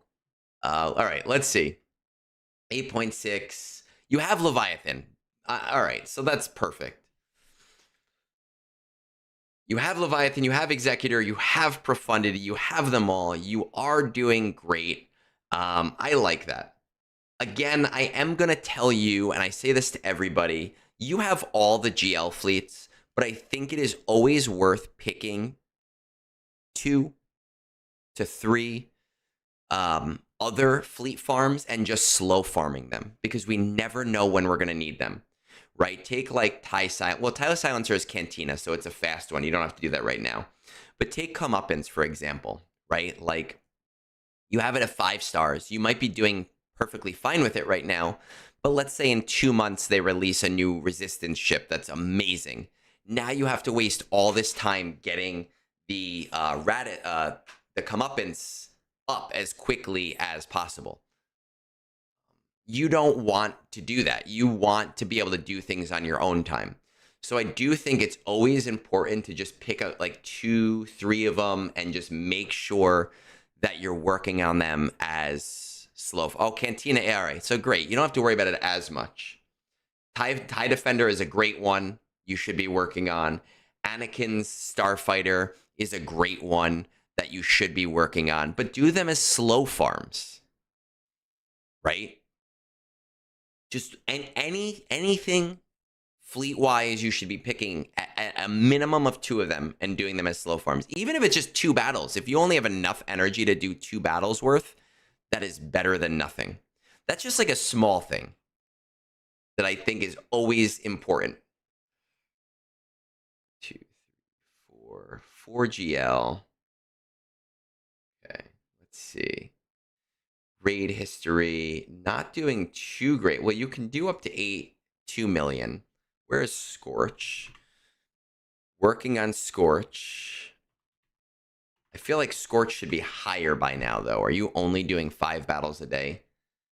I would try to get at least 10 battles a day on this, because you also want the ROI of the extra score you're going to get, right? From the extra tiers of the personal reward you're going to get. And you want to get as many of you want to be able to do as much of that as possible. Raids 1.67, so you need about 3 million. That'll kind of, yeah, and that's what I'm saying, Kabuto. You can farm that through GW. Like, you should just always be having a couple of ships that you're building on. Whether it doesn't matter what the way you're getting it, you should always be building towards them. It is always important to be maximized on fleets. You're a little behind your guild here, but the Tarkin Scorch will solve that.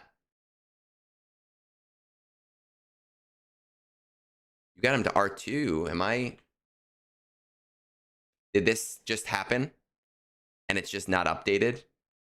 Because this was updated 22 hours ago, is what I'm assuming, right? But I mean, he's not going to be useful to you till R9. I mean, you can do it a little bit earlier, but like that's where you need him is at R9, which means you need the stars. So I would be doing a minimum of 10 battles a day on him. So 1 refresh. Personally, I'd probably do 2 refreshes, but a minimum. Okay, so that's why it's not updated yet. But I would be doing a minimum of 1 refresh per day on him. Hands down. No questions asked. Check this stuff out.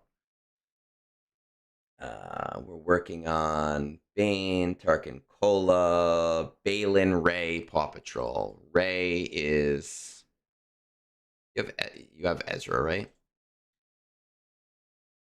You have Ezra. Okay, so Ray becomes useful just by proxy of having Ezra. Star Killer, Grand Inquisitor. Are you one of those that also has third sister? You do. Oh my God. All of you. Ugh.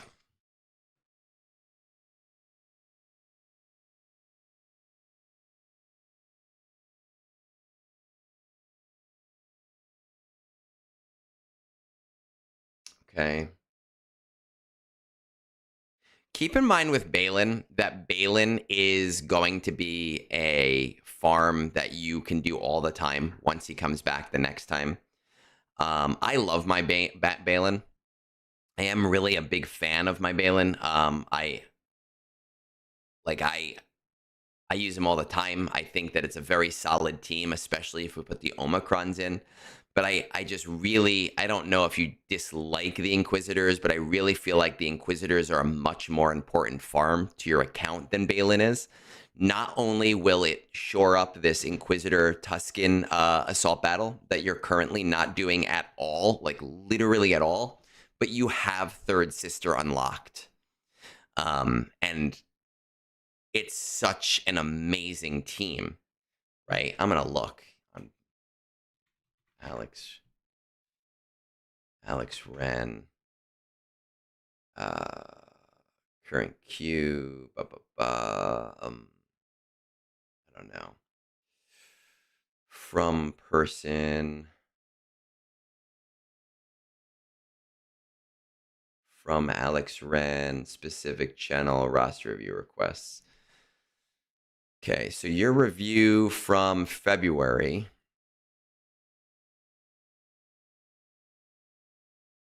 No, you didn't say anything about hating Inquisitors, because sometimes people are like, I hate Inquisitors. They are the worst thing in the world.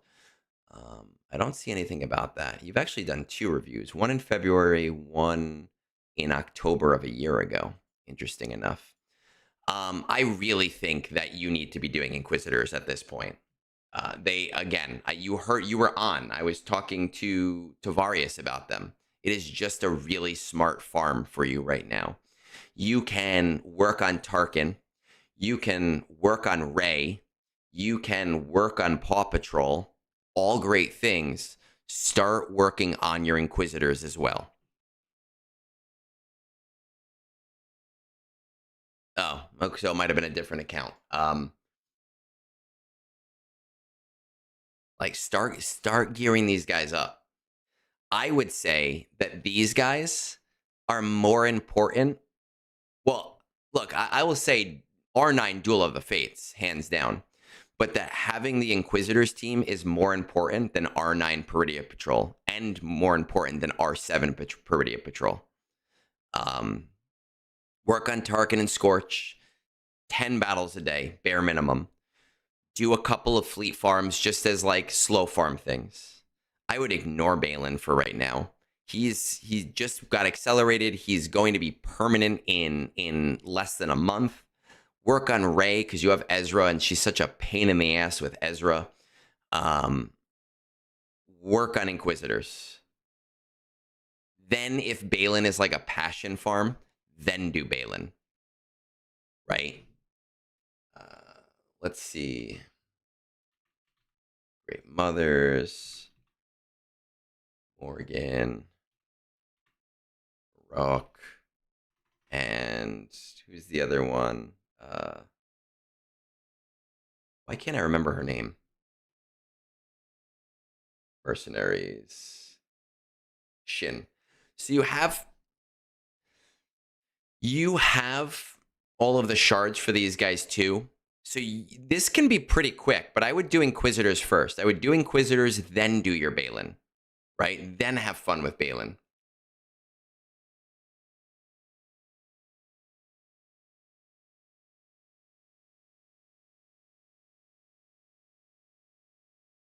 Yeah, welcome to everybody's world, man.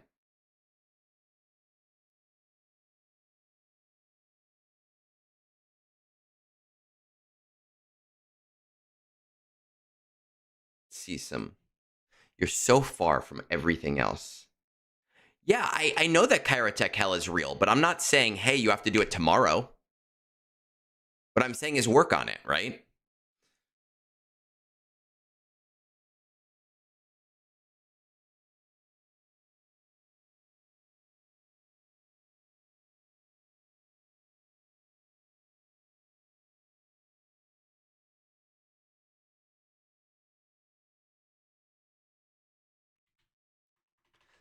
The other thing that I think I definitely would do, like hands down, and I see you don't even have a negotiator fleet unlocked, man, I would start shard farming some of the old Bad Batch, just 5 battles a day, just to get them to where they need to be to make Marauder useful and work towards that negotiator.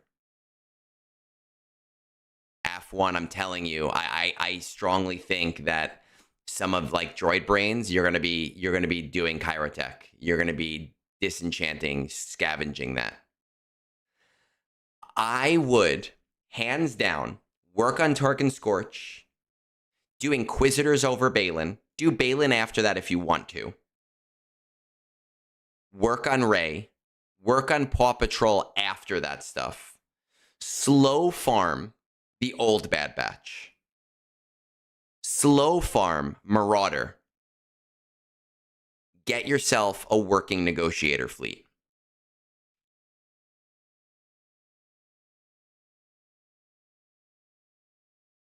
That's how I would do things. And I think you'll be in a position at that point, right? Your current league, Rhodium 3, that's going to help keep you, or not a Rhodium 3, Kyber 3, that's going to help keep you in Kyber having that fleet dominance. Hey, Tiny Bubbles, formerly of House of the Hutts. Is it worth it to work on Jedi Cal and Bo-Katan if your guild already has Zepho and Mandalore? Here's the thing. Bo-Katan is just a really solid farm. So yes. And Jedi Cal, it's such a pain in the ass battle that, to me, everybody in the guild should be doing that battle. Everybody. And I mean, I use Jedi Knight Cal all over the place. I think that it's still, those guild farms are still things that you should have. Yes. GR fleet is awesome. Man, you can do so many weird things with the GR fleet. And it's crazy to me to have all of the GL fleets, but not the Grand Republic fleet. So I think that is what you need to do right now. Right? Inquisitors are your priority. Work on getting a workable Galactic Republic fleet out there, because you're going to need that extra fleet dominance.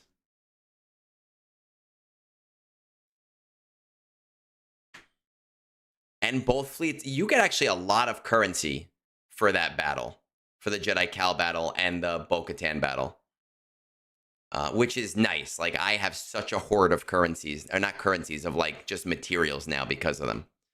Alex, you have any specific questions for me before we, because I think that that's where you need to go right now. And I think you're looking at like 4 to 5 months, honestly. Ruster reviews. And that's fine. Listen, when I do a review for somebody, I am giving you my advice, right? But that doesn't mean you have to fully follow my advice. I am telling you what I think is best. But what is best is always what is best for your account, and I can only give you what I think is the most what is the most efficient, and you have to choose what is best for you.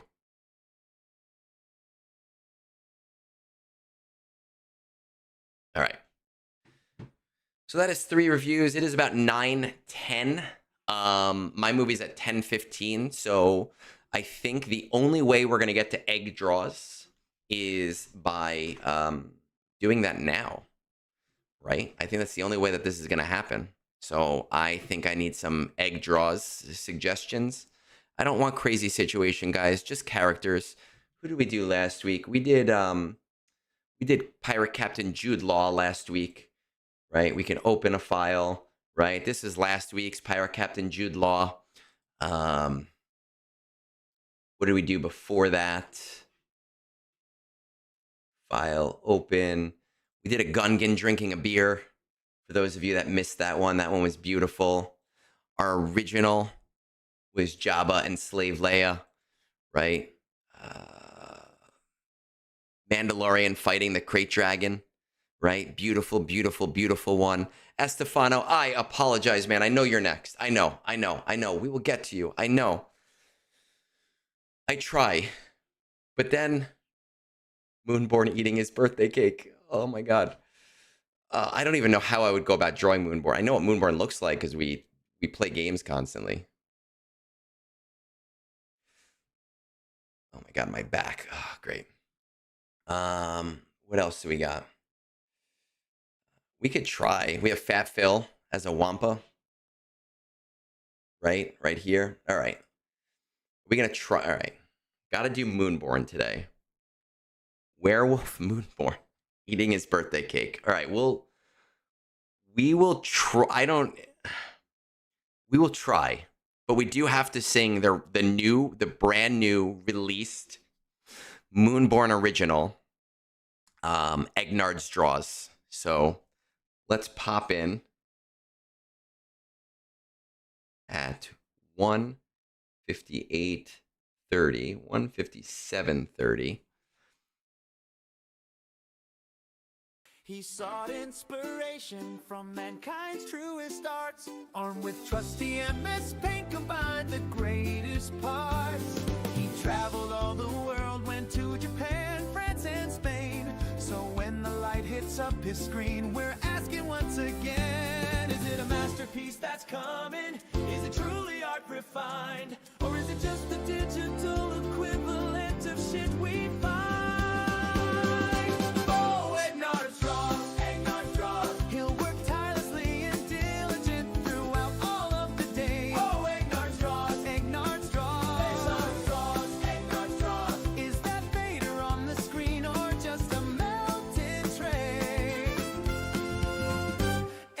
Draws. That makes me happy every single time. I need a. All right, we're gonna try.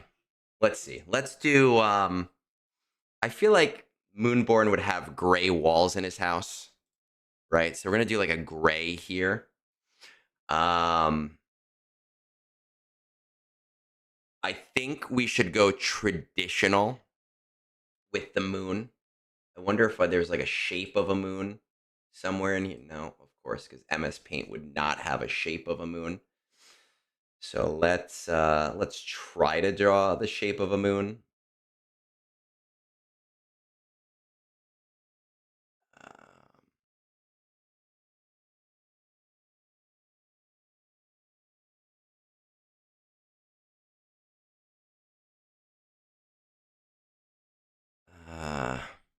It needs to be bigger.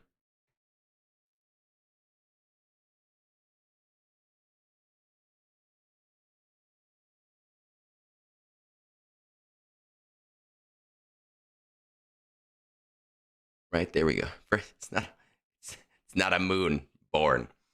I was thinking maybe I would have ChatGPT draw it for me and then use that as a reference.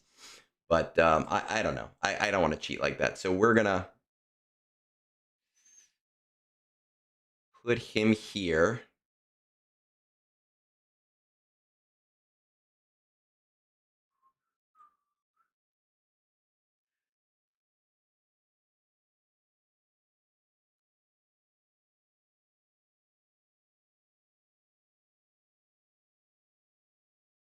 Now, he is German, so I think we need to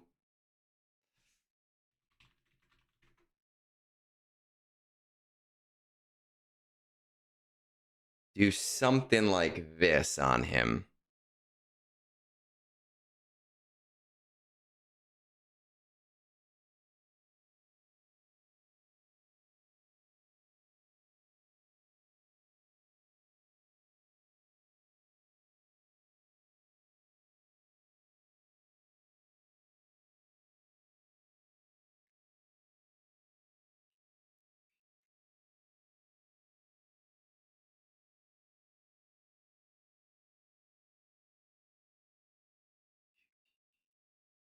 Gotta give him his lederhosen.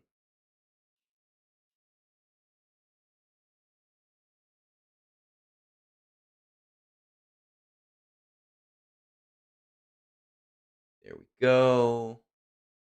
Give it some like fancy white calligraphy or something in here.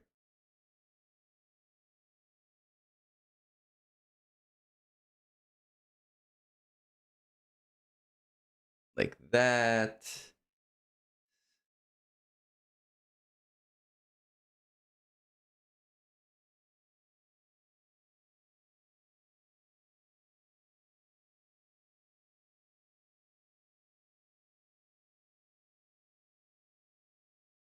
Go. We need some buttons.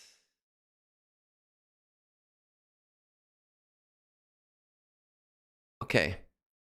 But Con Warlock, we are not here for like to be historically accurate, right? We are here to make fun of Moonborn because we love him, right? That is the thing that you have to keep in mind. Erase this.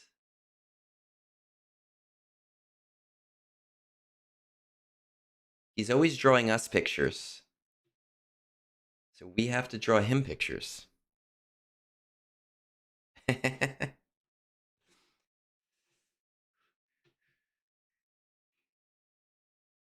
Oh, why is it so big? Hold on.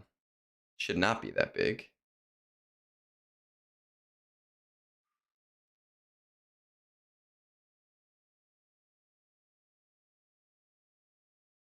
Oh, because I zoomed in. Okay, there we go. We're gonna give him like, I don't know how I'm gonna do this.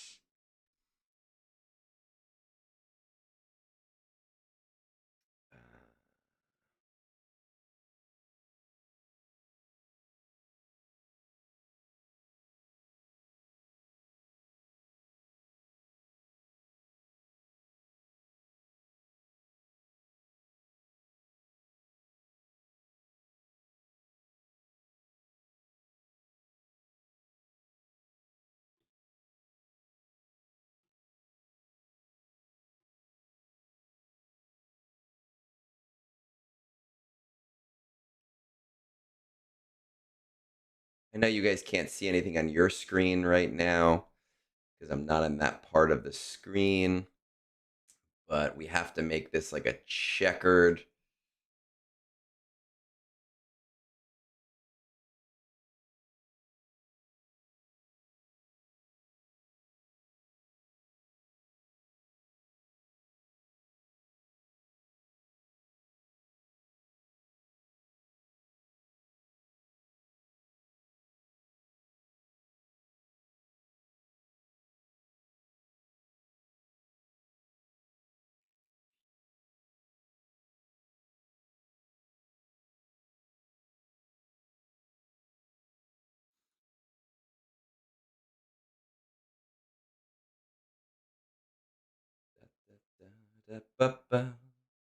Da da da. Egnards draws. Egnards draws.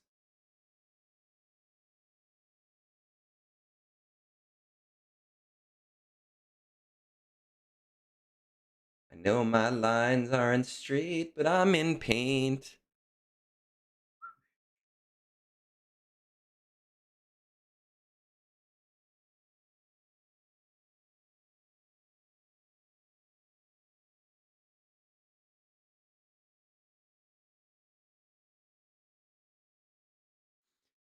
Da-da. Right, we're getting to the horizontal lines now, which is good because I am tired of drawing lines.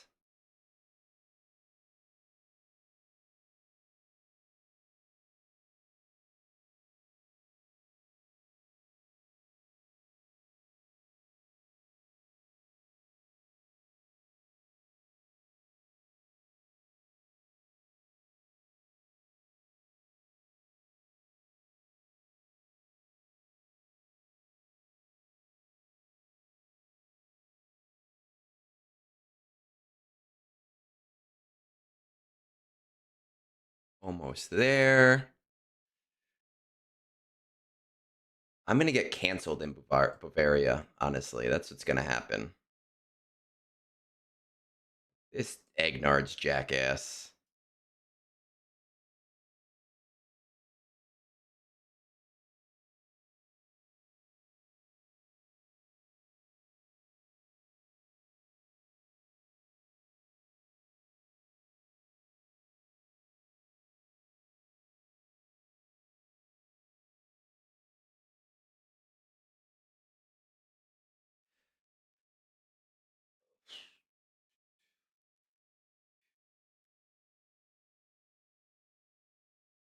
Wish I could have like an AI fill this in for me.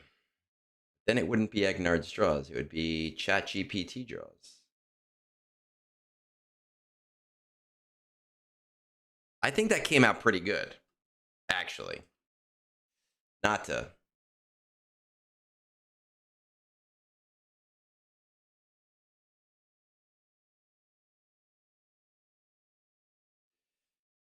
Oh man, I need like a skin tone again. This. I wish it would just save the skin cones that I kind of designed.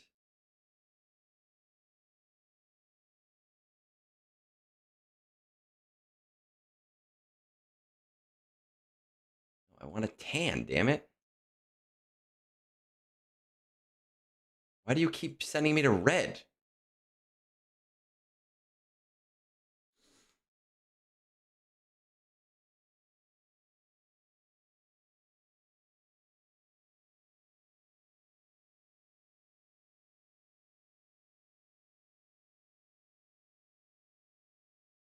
It does not want me to have tan. It's like keeps moving me back. Okay, that's the best we're gonna get.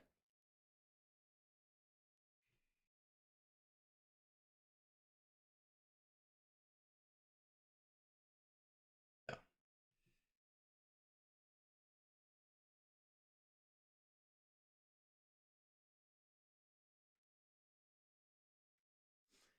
Got to give him a little table.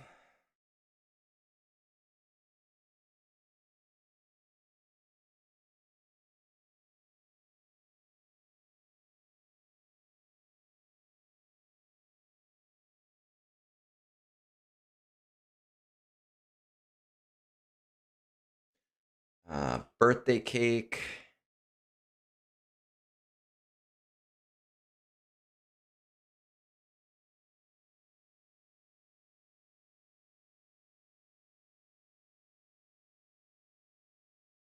Seems like a chocolate kind of guy, right?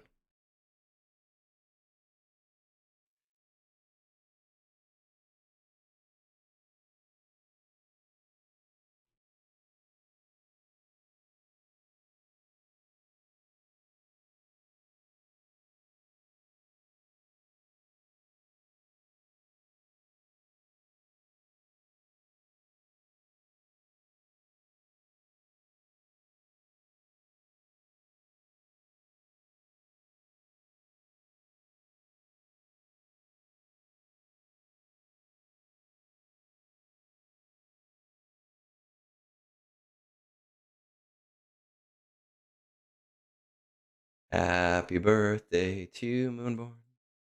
Happy birthday to Moonborn. Happy birthday, dear Moonborn. Go. Is Phil going to be jumping out of the cake? I wish. I wish I were that good at drawing things. I don't really know what kind of eye.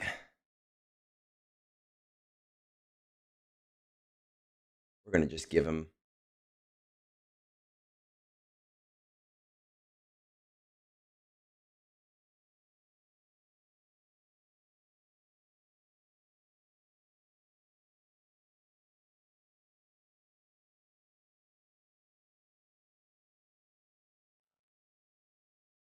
Let's put a little picture on the wall.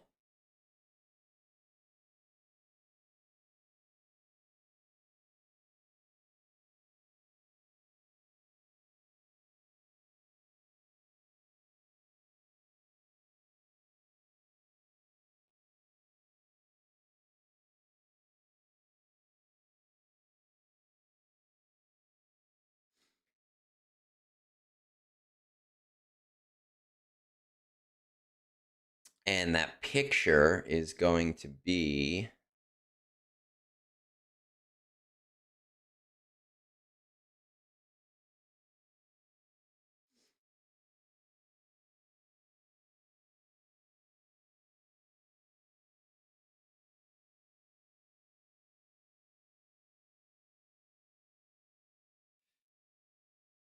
of an egg.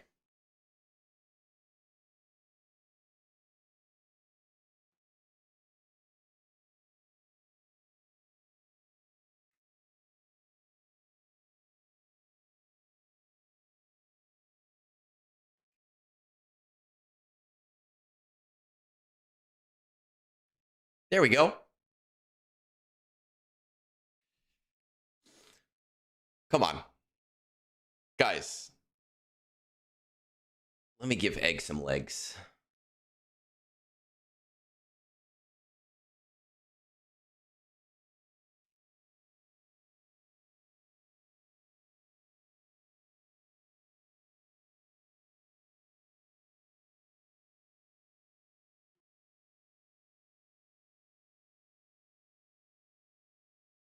He has blonde hair.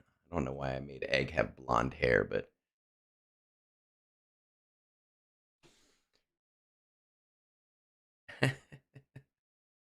I think this is I think that this is a masterpiece. I think that this is a masterpiece. I truly user. Are they better than your drawing? Yes. I love it. I really do. All right. We have to go because I have to go to the movies. And my wife is probably still asleep, so I have to wake her up. So we are going to raid out on Twitch real quick. We have to go. It is Moonborn's birthday. Make sure to wish him a happy birthday. Again, I really want to see voice notes of people singing him happy birthday. I think that would be the funniest possible thing that you could do right now. And also, if you are in need of a new guild at like the 13 million GP range, hit me up. I do have one slot. I know somebody messaged me. I haven't looked at it yet, but just hit me up if you're looking. 44 stars, max raid box. Let me know. See you guys later.